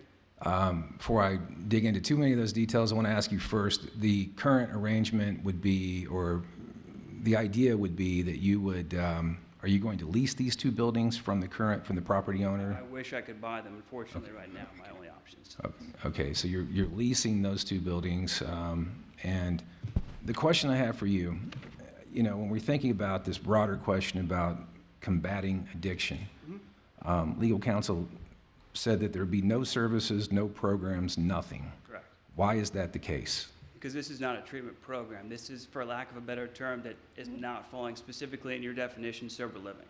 Now, it is monitored, right? So there are people that are 24 hours a day. It does have structure to it in relation to restrictions. For instance, the first 14 days, guys are going to outside treatment at outside providers, likely an outpatient, And then in the evenings, they're a part of our program, or our sober living is what we call it, going to meetings outside in the community and getting involved in local recovery-based, essentially fellowships. At what and they level? don't have the ability to leave, so to say, in the first 14 days. We do have staff there 24 hours a day, 7 days a week, but no programming actually takes place. It's providing that safe and structured environment so individuals can learn structure. They can learn basic ways of living, develop life skills, and have those be instilled over time, but also at the same time to get used to living in a nice and clean environment. To be able to experience that and see the benefits of what's going to happen once they get sober and they start doing the things that they need to be doing, and be able to sink their teeth into something, whether it's a job, and say, I enjoy where I'm living. I want to be able to continue to live like that. And that's what happened to me. So I make sure I worked my butt off to put myself in a position to be able to continue to live in that nice place, or live in that way. Are you familiar with First Step Home out of Cincinnati? Yeah, it's in all women's, I believe. Mm-hmm. Now, in this proposal, it doesn't specify if there would be a focus on men, women. My understanding is, in most cases, whether you look at Talbot House model or you look at First Step Home, Lighthouse Community Services, generally there is a focus. They typically don't just serve broadly. Sure. Is there any specifications in terms of, are you focusing on women? Are you focusing on men? Or is this just a place to live? Overall, it's the view of Next Step Recovery to be able to, in time, focus on both men and women.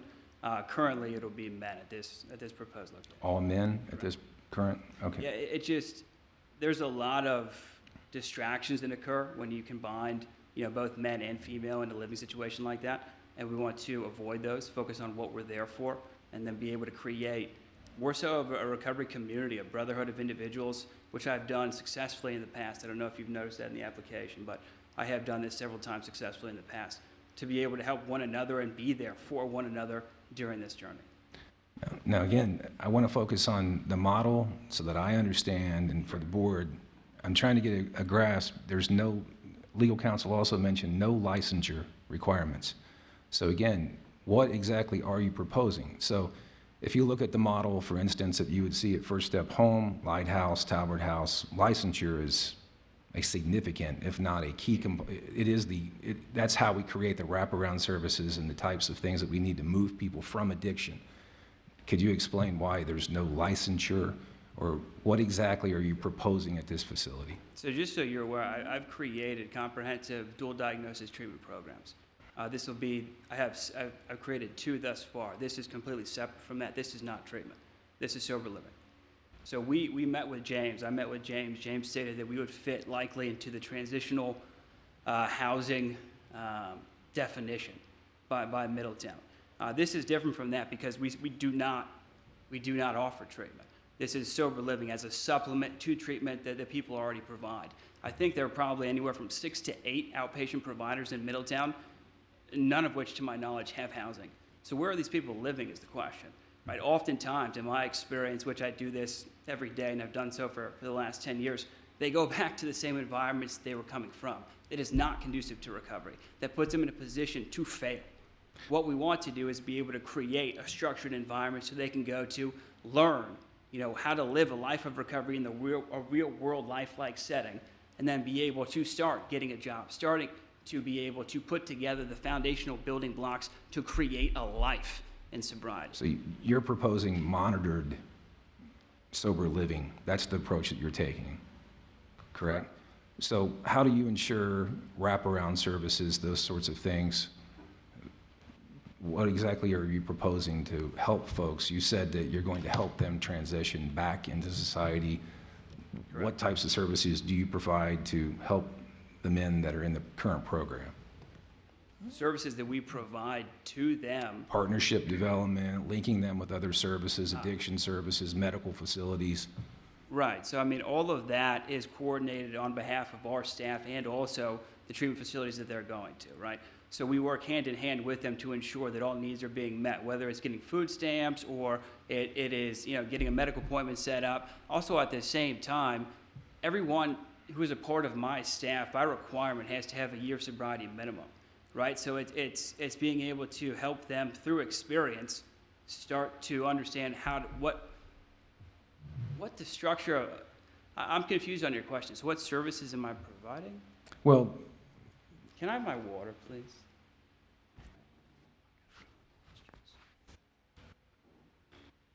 I mean, my big question is, how do you know when somebody's ready to leave the facility?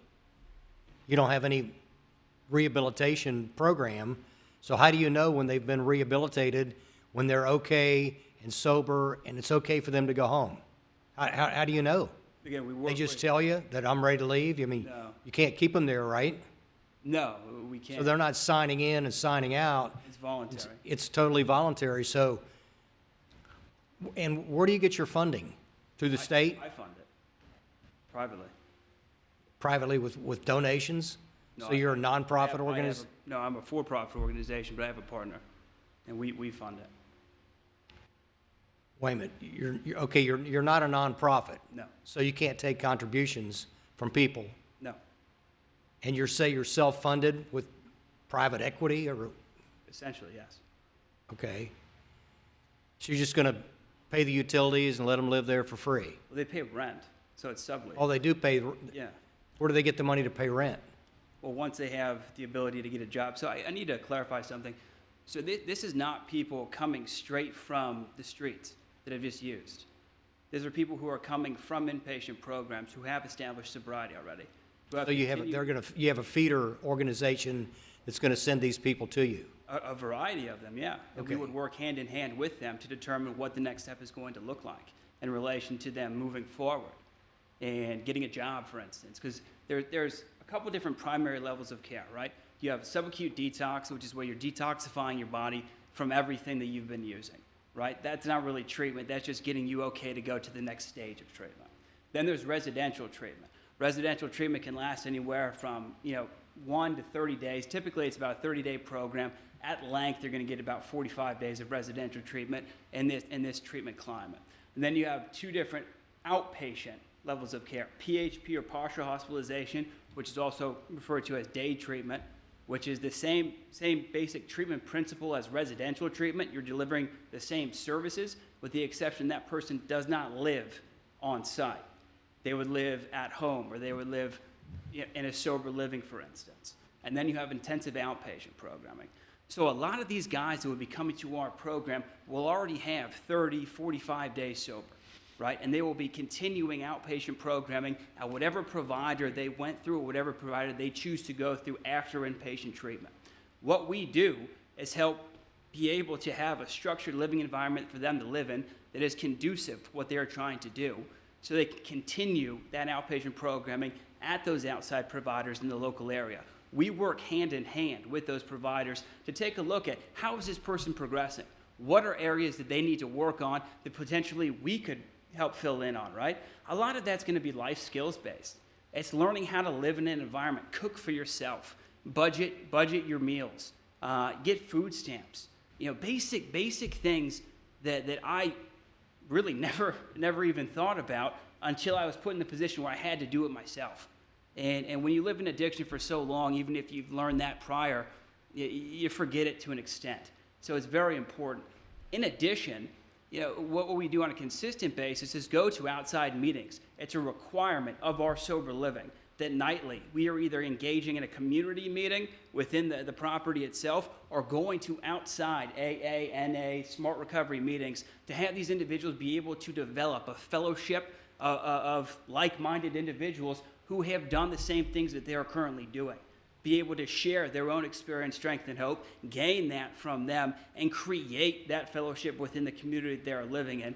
And then once they get to a certain point, as recommended by the treatment facility that we're working with pretty closely, it's okay. Now what's the next step? Okay, well, let's get a job. We drop down to IOP. We're doing programming 3 hours a day, either for 3 days a week or 5 days a week. What are we going to do with the rest of our time?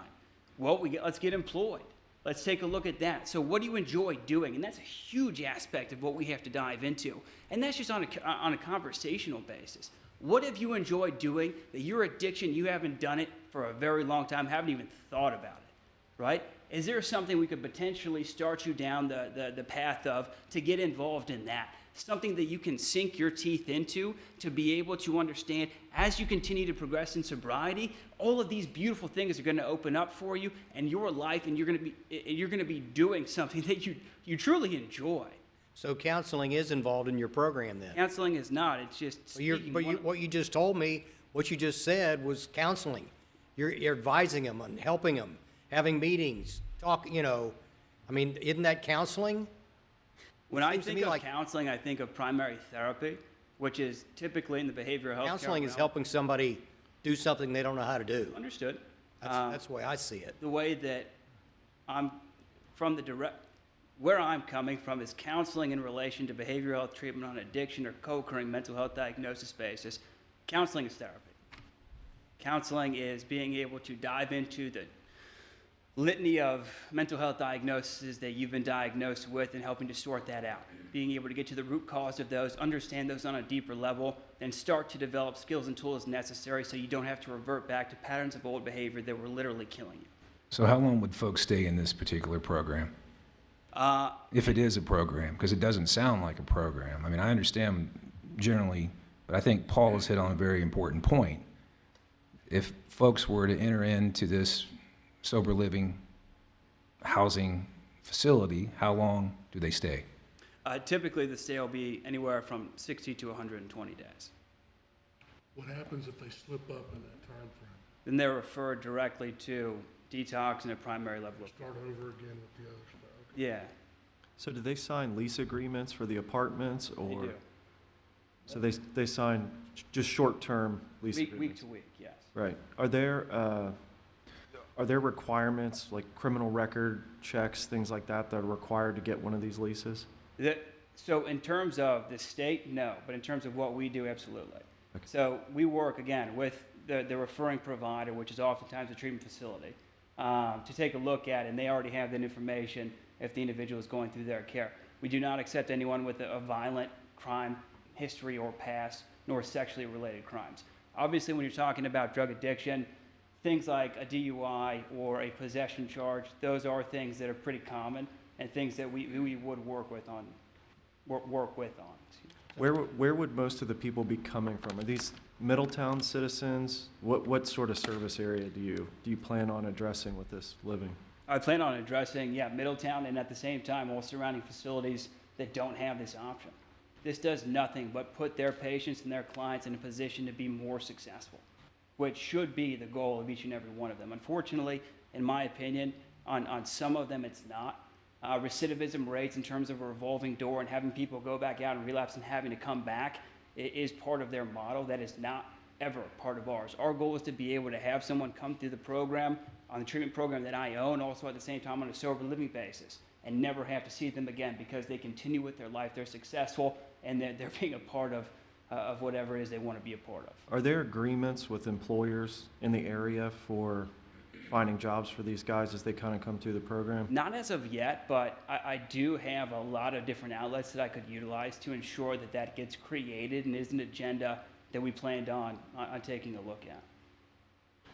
How many of these are you managing now? I own a treatment facility in Springdale, and that's the only thing I do. So this would just be an extension of what my mission is as a man. It doesn't have anything to do with my treatment facility. It's being able to start an initiative to provide these types of properties and these types of structured living environments, frankly, because they're needed. How many monitors are going to be in each building? Typically, in one building, for instance, we would have a minimum of 2. Typically, that would be on a graveyard shift where we have that low of people. So they're monitored 24 hours a day, 7 days a week. First shift is typically from 7 a.m. to 4 p.m. Another shift comes on about 3:30. There's an overlap. They go to midnight. Third shift comes on at 3:30 and goes till 8 the next morning. So there's always an overlap of people there. In a building like this, like during the day, first and second shift, there'll probably be anywhere from 3 to 4 individuals monitoring that property at any At the given same time? at any given time. Yeah, at the same time. Also, what we do and what I've done in the past is in common areas like stairwells on the exteriors, pointed only at our property and our property alone. We have cameras. We want to make sure to keep an eye on what's going on. You know, is anyone trying to pull one over on us and go sneak out past curfew? Anything like that. And we monitor those within Who would monitor it? our technicians. That's what we call them, operational technicians. But they wouldn't be on site. Who? The technicians that monitor the cameras. There's 24 hours a day, yeah. So they're going to live there in the facility? No, they're awake staff that do not live there, but they operate in 3 shifts and operate the overseeing of the facility. And they oversee the cameras and work Correct. the shifts and... But where are they physically located at? We'll have one of the apartment Okay. complexes be quote unquote, tech office.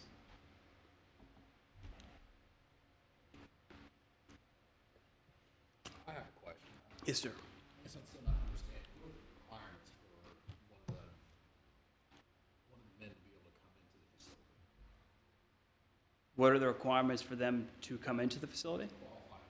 Yeah, can someone just walk off the street and say, I need a place to live? Rent me a room? No. What's to keep that from happening? Many things. So it's a sober living environment, so we can have the ability to take a look and see who's going to be a candidate for what we're aiming to do or not. And as a private entity, I reserve the right to do that. Also, in terms of your question, a lot of these people are going to be referred directly from treatment providers. So we have to take a look at, do they have that history that you had mentioned on a crime basis? Do they have any violent crimes? Do they have any sexually related crimes? Obviously, that's a non-starter for us. So I understand that they're going to be referred to you, but what are your requirements for them to actually come? What are my requirements for them to come?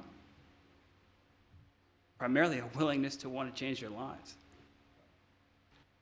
And you have those interviews on a pre-admission basis.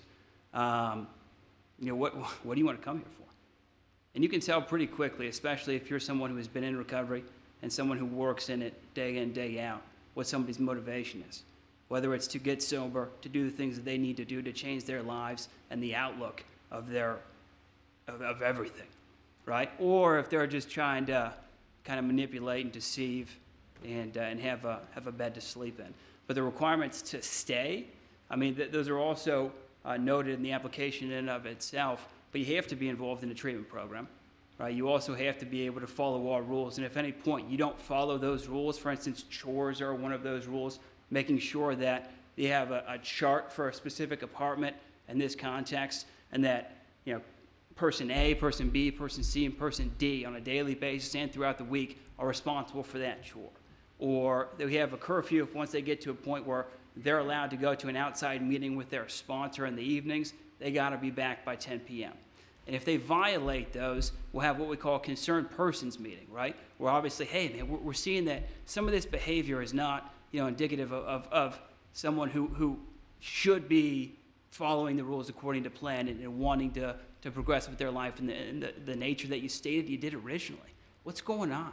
And be able to take a look at that. Now, if it's a repeated violation, then we reserve the right to have that person move on to another facility, which then we would recommend to them and take them directly to. So they have to be in treatment? Yeah. While they're living there? Correct. They can't have just graduated from treatment and just need a place to stay? That is not what we do, no.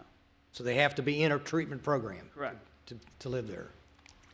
Once they graduate IOP, we work with a lot of times it's going to be a case manager on what would be considered discharge planning from that program. Intensive outpatient can last a long time. So let's say they've been with us for 120 days and they have authorizations to stay at the level of IOP, for another 30. They've been working for 60 days and they have plans set forward with their case manager, their therapist, the psychiatrist at the treatment facility.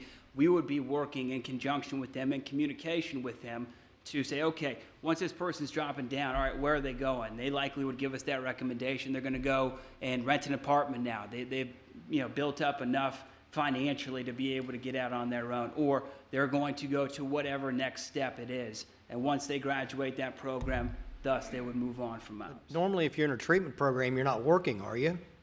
It depends on the level of care. So if you're at a PHP level of care, which is treatment from 9 a.m.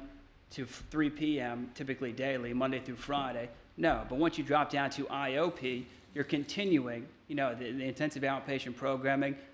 You're continuing treatment on an intensive outpatient basis and then starting to reintegrate into the community. A lot of times you are working during that stage. And what are your rates going to be for rent? It's You said undetermined weekly, as of week yet, to but- week. They went week to week. So a one-bedroom apartment rents for how much a week? So it's undetermined as of yet, but what we're taking a look at is anywhere from $50 to $150. A week. Correct. So $400, $500, $600 a month.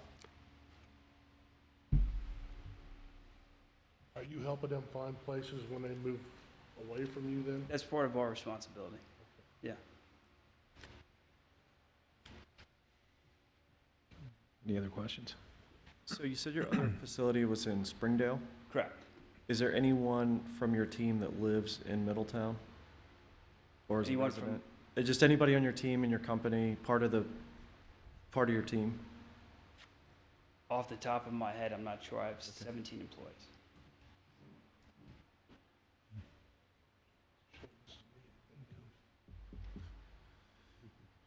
Okay, any other questions? Thank you, sir.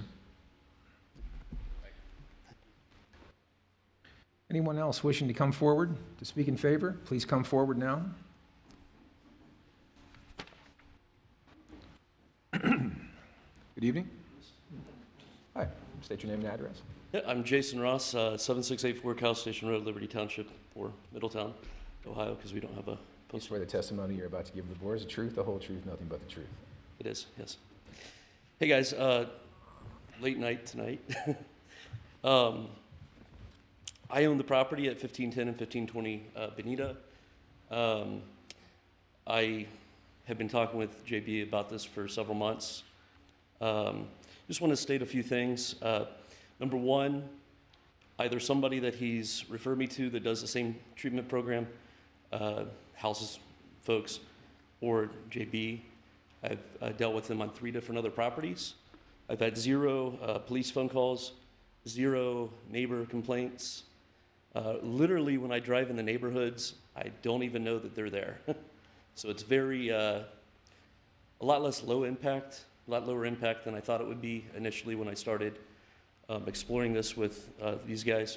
So I'm very happy as a landowner, because you can probably understand that initially, pretty intimidating for me. But so this is a little bit bigger project, I'm sure, than some of the others. But I'm excited. Hopefully it's something that we can get done. And the other thing that I wanted to say too, we came to you guys' planning. What's your name?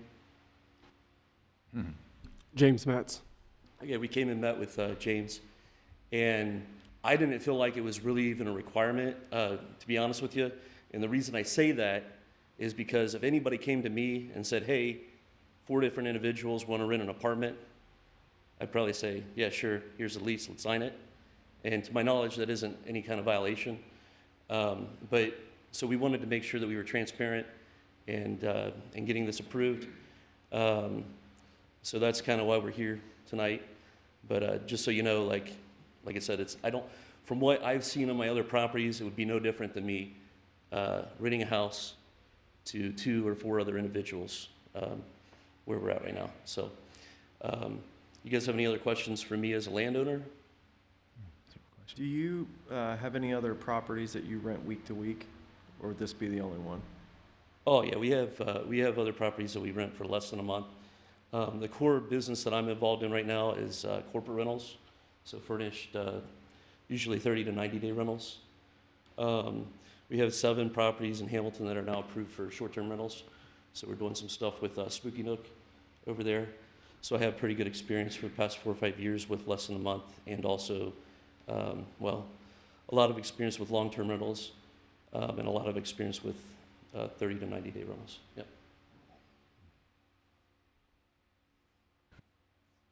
Well, thank you. Thank you.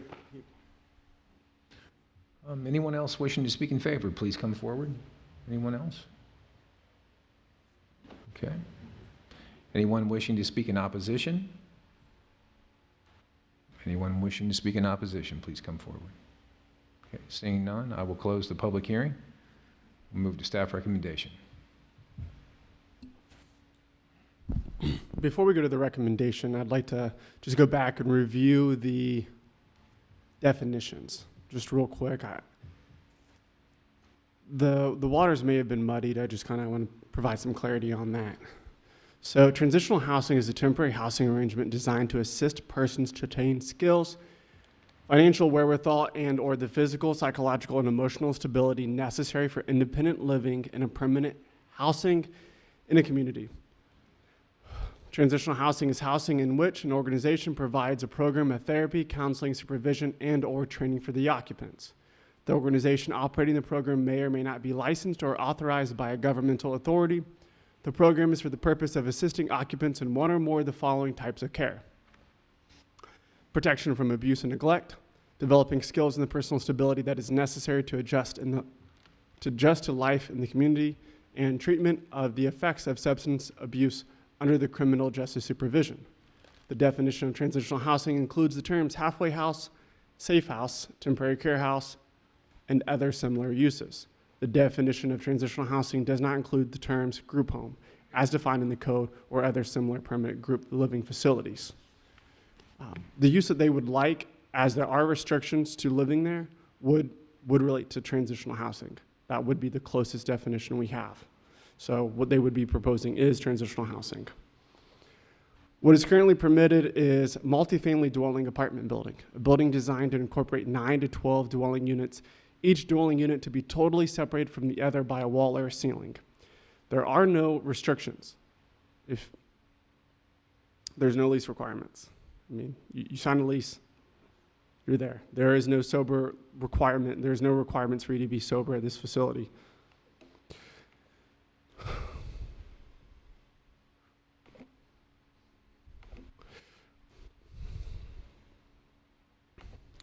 So staff recommendation. Based on the staff report provided, staff recommends denial of the amendment to the final development plan application for 1510-1520 Bonita Drive, Middletown, Ohio, 45044, to be utilized for transitional housing.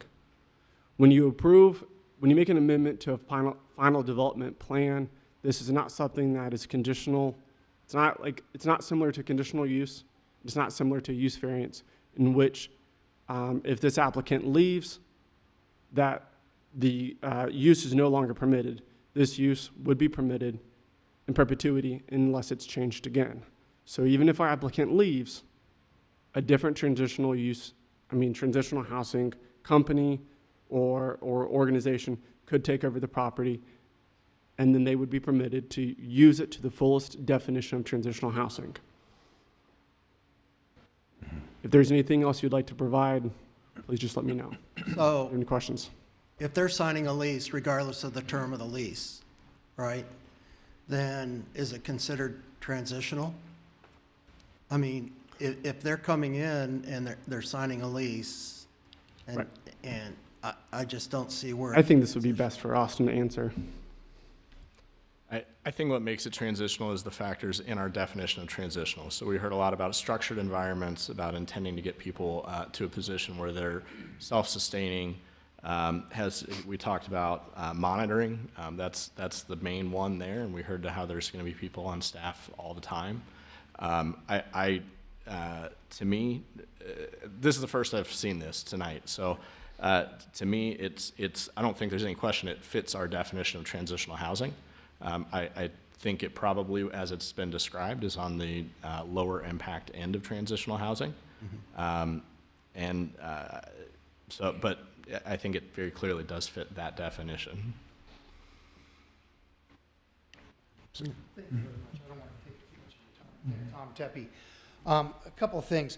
If one of the concerns would be that once this is approved, then it can be used as transitional housing in perpetuity, this is a planned district. I mean, you have flexibility, the ability to condition. And my client would be more than willing to accept a condition that this transitional housing approval is only for Next Step Recovery LLC. And so that if they cease to operate, that approval for transitional housing would go away. We just wanted to make sure that that was clear for you. I mean, and then if you just step back for a second, forget next step recovery. Let's just assume that the treatment providers, somebody goes through the program and they have a deal with the landlord. Go up there, you guys could rent an apartment. You could do that when nobody would ever have to come before you, because that's just simply renting an apartment. But that's not the right thing for the people that need this additional help, right? So he's being transparent about it. We're trying to put them in a position where they're going to succeed, but they could just leave the facility and go rent an apartment for 30 days. That's not the right way to do things, according to the professionals. But that condition suggestion I thought was a good one, and one if you want to consider, my client is willing to accept it.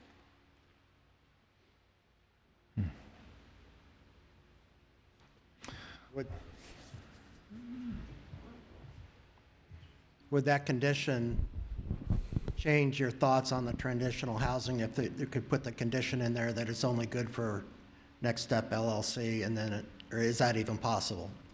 So this is a plan development, so you do have some flexibility in how you define the uses.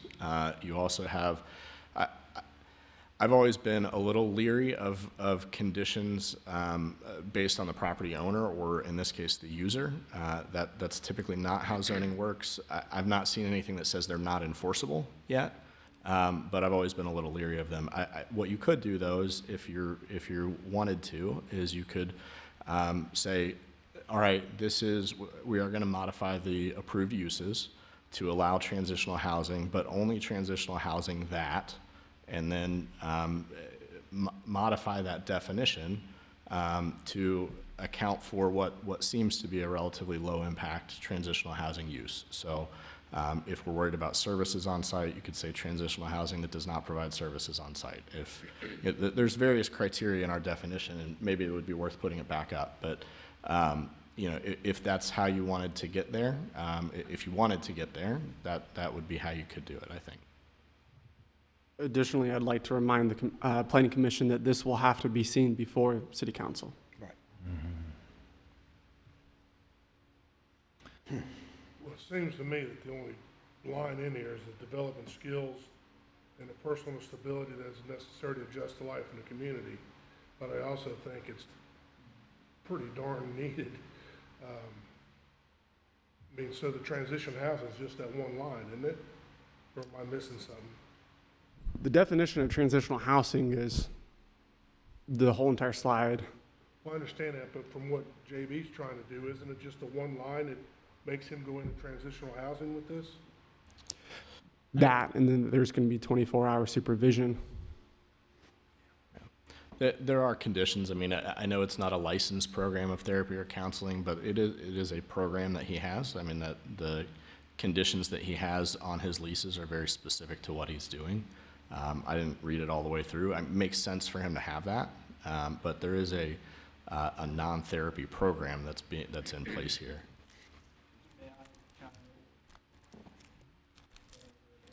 If they say it is. Maybe I chime in further that. By Ohio revised code. You need to get the mic, though. By Ohio revised code, we are defined as recovery housing. Could you speak into the microphone, please? Thank you. By Ohio revised code, we are defined as recovery housing, which is everything that we've chatted about tonight in terms of our intent and what we would like to do. In terms of transitional housing, this is, as stated, the best definition. And in that, recovery housing, you do not require, a license. You don't require, some of those things, but you are and do have the capability and are permitted and actually required to provide rules, to provide the things that have been noted to ensure that you're putting together that structure that is going to be beneficial for the people going through that sober living or recovery housing development or organization.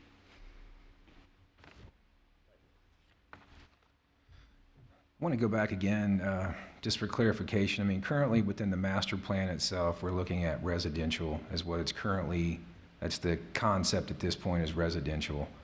One of the concerns that I have here, and I'm trying not to get too bogged down in just the definition itself, although it's very important.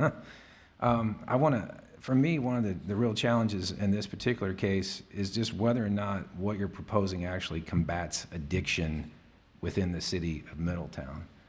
I mean, when we say that there's no programs, there's no, no licensure requirements, there's none of these other components that make a program successful, and we know that we have a problem, does this model actually help us solve a problem? And when I hear that, when we see here, I'm very familiar with Lighthouse and other services in Cincinnati because I've worked in those facilities providing financial services to folks who have no access to financial services at all. So I've been in those facilities and I know what they look like and how they operate. So I appreciate the work that you're doing. But the problem that I have, again, does this help us as a city combat addiction? So when I look at some of these other factors that are not met, and even with Paul's question, I understand minimally when we think about just having guys have a safe place to live. It's important. There's no question that it is important. I get that. But on a broader scale, does this really help us when we have to make a use that will be in perpetuity? When we change that, does that help us solve a larger problem? For me, it doesn't. And I think that's the shortcoming of what you've proposed. It is minimal, I agree. But when I look at those other models, and I'm not saying that it would be that particular location, but when I look at those other models that are operating in Cincinnati, those have an impact. They're very clear. Their program design is clear. There's no question what they're doing. The duration, the program impact, the partnerships, all those components are met. I didn't hear that tonight, and that concerns me. It's a shortcoming for me in the program, but I appreciate the work you're doing. But in terms of whether or not those program requirements, regardless of this definition, whether or not making a use change, I just don't see in perpetuity how, for me, it doesn't meet the level of a use change because I don't think what's proposed, it's too ambiguous at this point. It's not clear to me exactly, other than just them living somewhere, while there is value to that, whether that use change would have a larger impact on our community here in Middletown. So for that reason, I would be in approval to deny.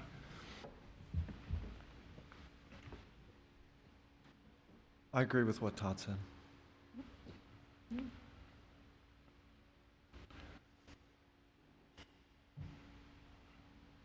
I'd like to make a motion that we deny the request. I'll second.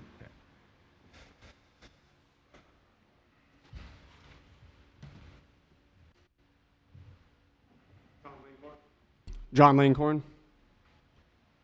Is it a yes to deny? Yes to Yes to deny. Yes. Todd Moore. Yes to deny. Paul Ninny. Yes. Jeremy Lakinas. Yes. Greg Emmerich. Yes. Roger Daniel. Yes. And Sam Cornwall. Yes. Thank you.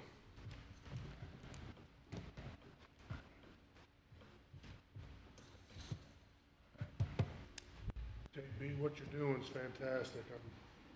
I regret having to vote that way. Sure. Yeah, I've been in several of these before, and either it's resounding support or it's this. Unfortunately, it was this, but that's fine because it's not going to stop our efforts nor our mission. Good. Unfortunate, but wish you the best of luck. Thank you. Thank you.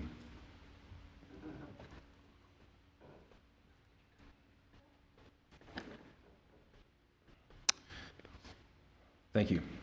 Well, that brings us to our next case this evening. Mr. Metz, I'll let you go through the criteria. Thank you. So tonight before us, we have a request by applicant Dan Fishball with Fishball Homes for an amendment to an approved subdivision. This amendment to the approved subdivision specifies a change in lot width at 2921 and 2940 Arbor Point Drive, Middletown, Ohio, 45044. The property is currently zoned R2, Low Density Residential District. The purpose of the R2 Low Density Residential District is to provide for low density, single family residential uses in a more urban setting than the R1 district, and which are served completely by public infrastructure adequate for the applicable density of the development. As you see here where the two stars are, it's 2921 and 2921 and 2940. So what really is before you is the change in lot width. The change in lot width is a total of 0.07 acres. So it's not a substantial amount, but it is a change, and since the final plat has been submitted, this needs to go before you and City Council. As you can see, this is where the old lot line is. Not so good with this. And then the new lot line comes down. Primarily, the applicant stated this was, he owns both lots, Day and Fishwell owns both lots, and the reason that they wanted to shift the line was so he'd be able to put his driveway in and meet the current setback requirements. Do you have any questions for me? There's no listed review criteria in our development code, so I don't have anything to read. Make a motion to approve it. A second. Tough one. I looked at this lot. First, Years and ago. who was the second? I did. Any one of us. All right, let me read through that real quick. Sam Cornwall. Yes. Roger Daniel. Yes. Greg Emmerich. Yes. All right, Carl. Jeremy Lukinas. Yes. Paul Nenny. Yes. Todd Moore. Yes. Don Langhorn. Yes. Thank you. I looked at it.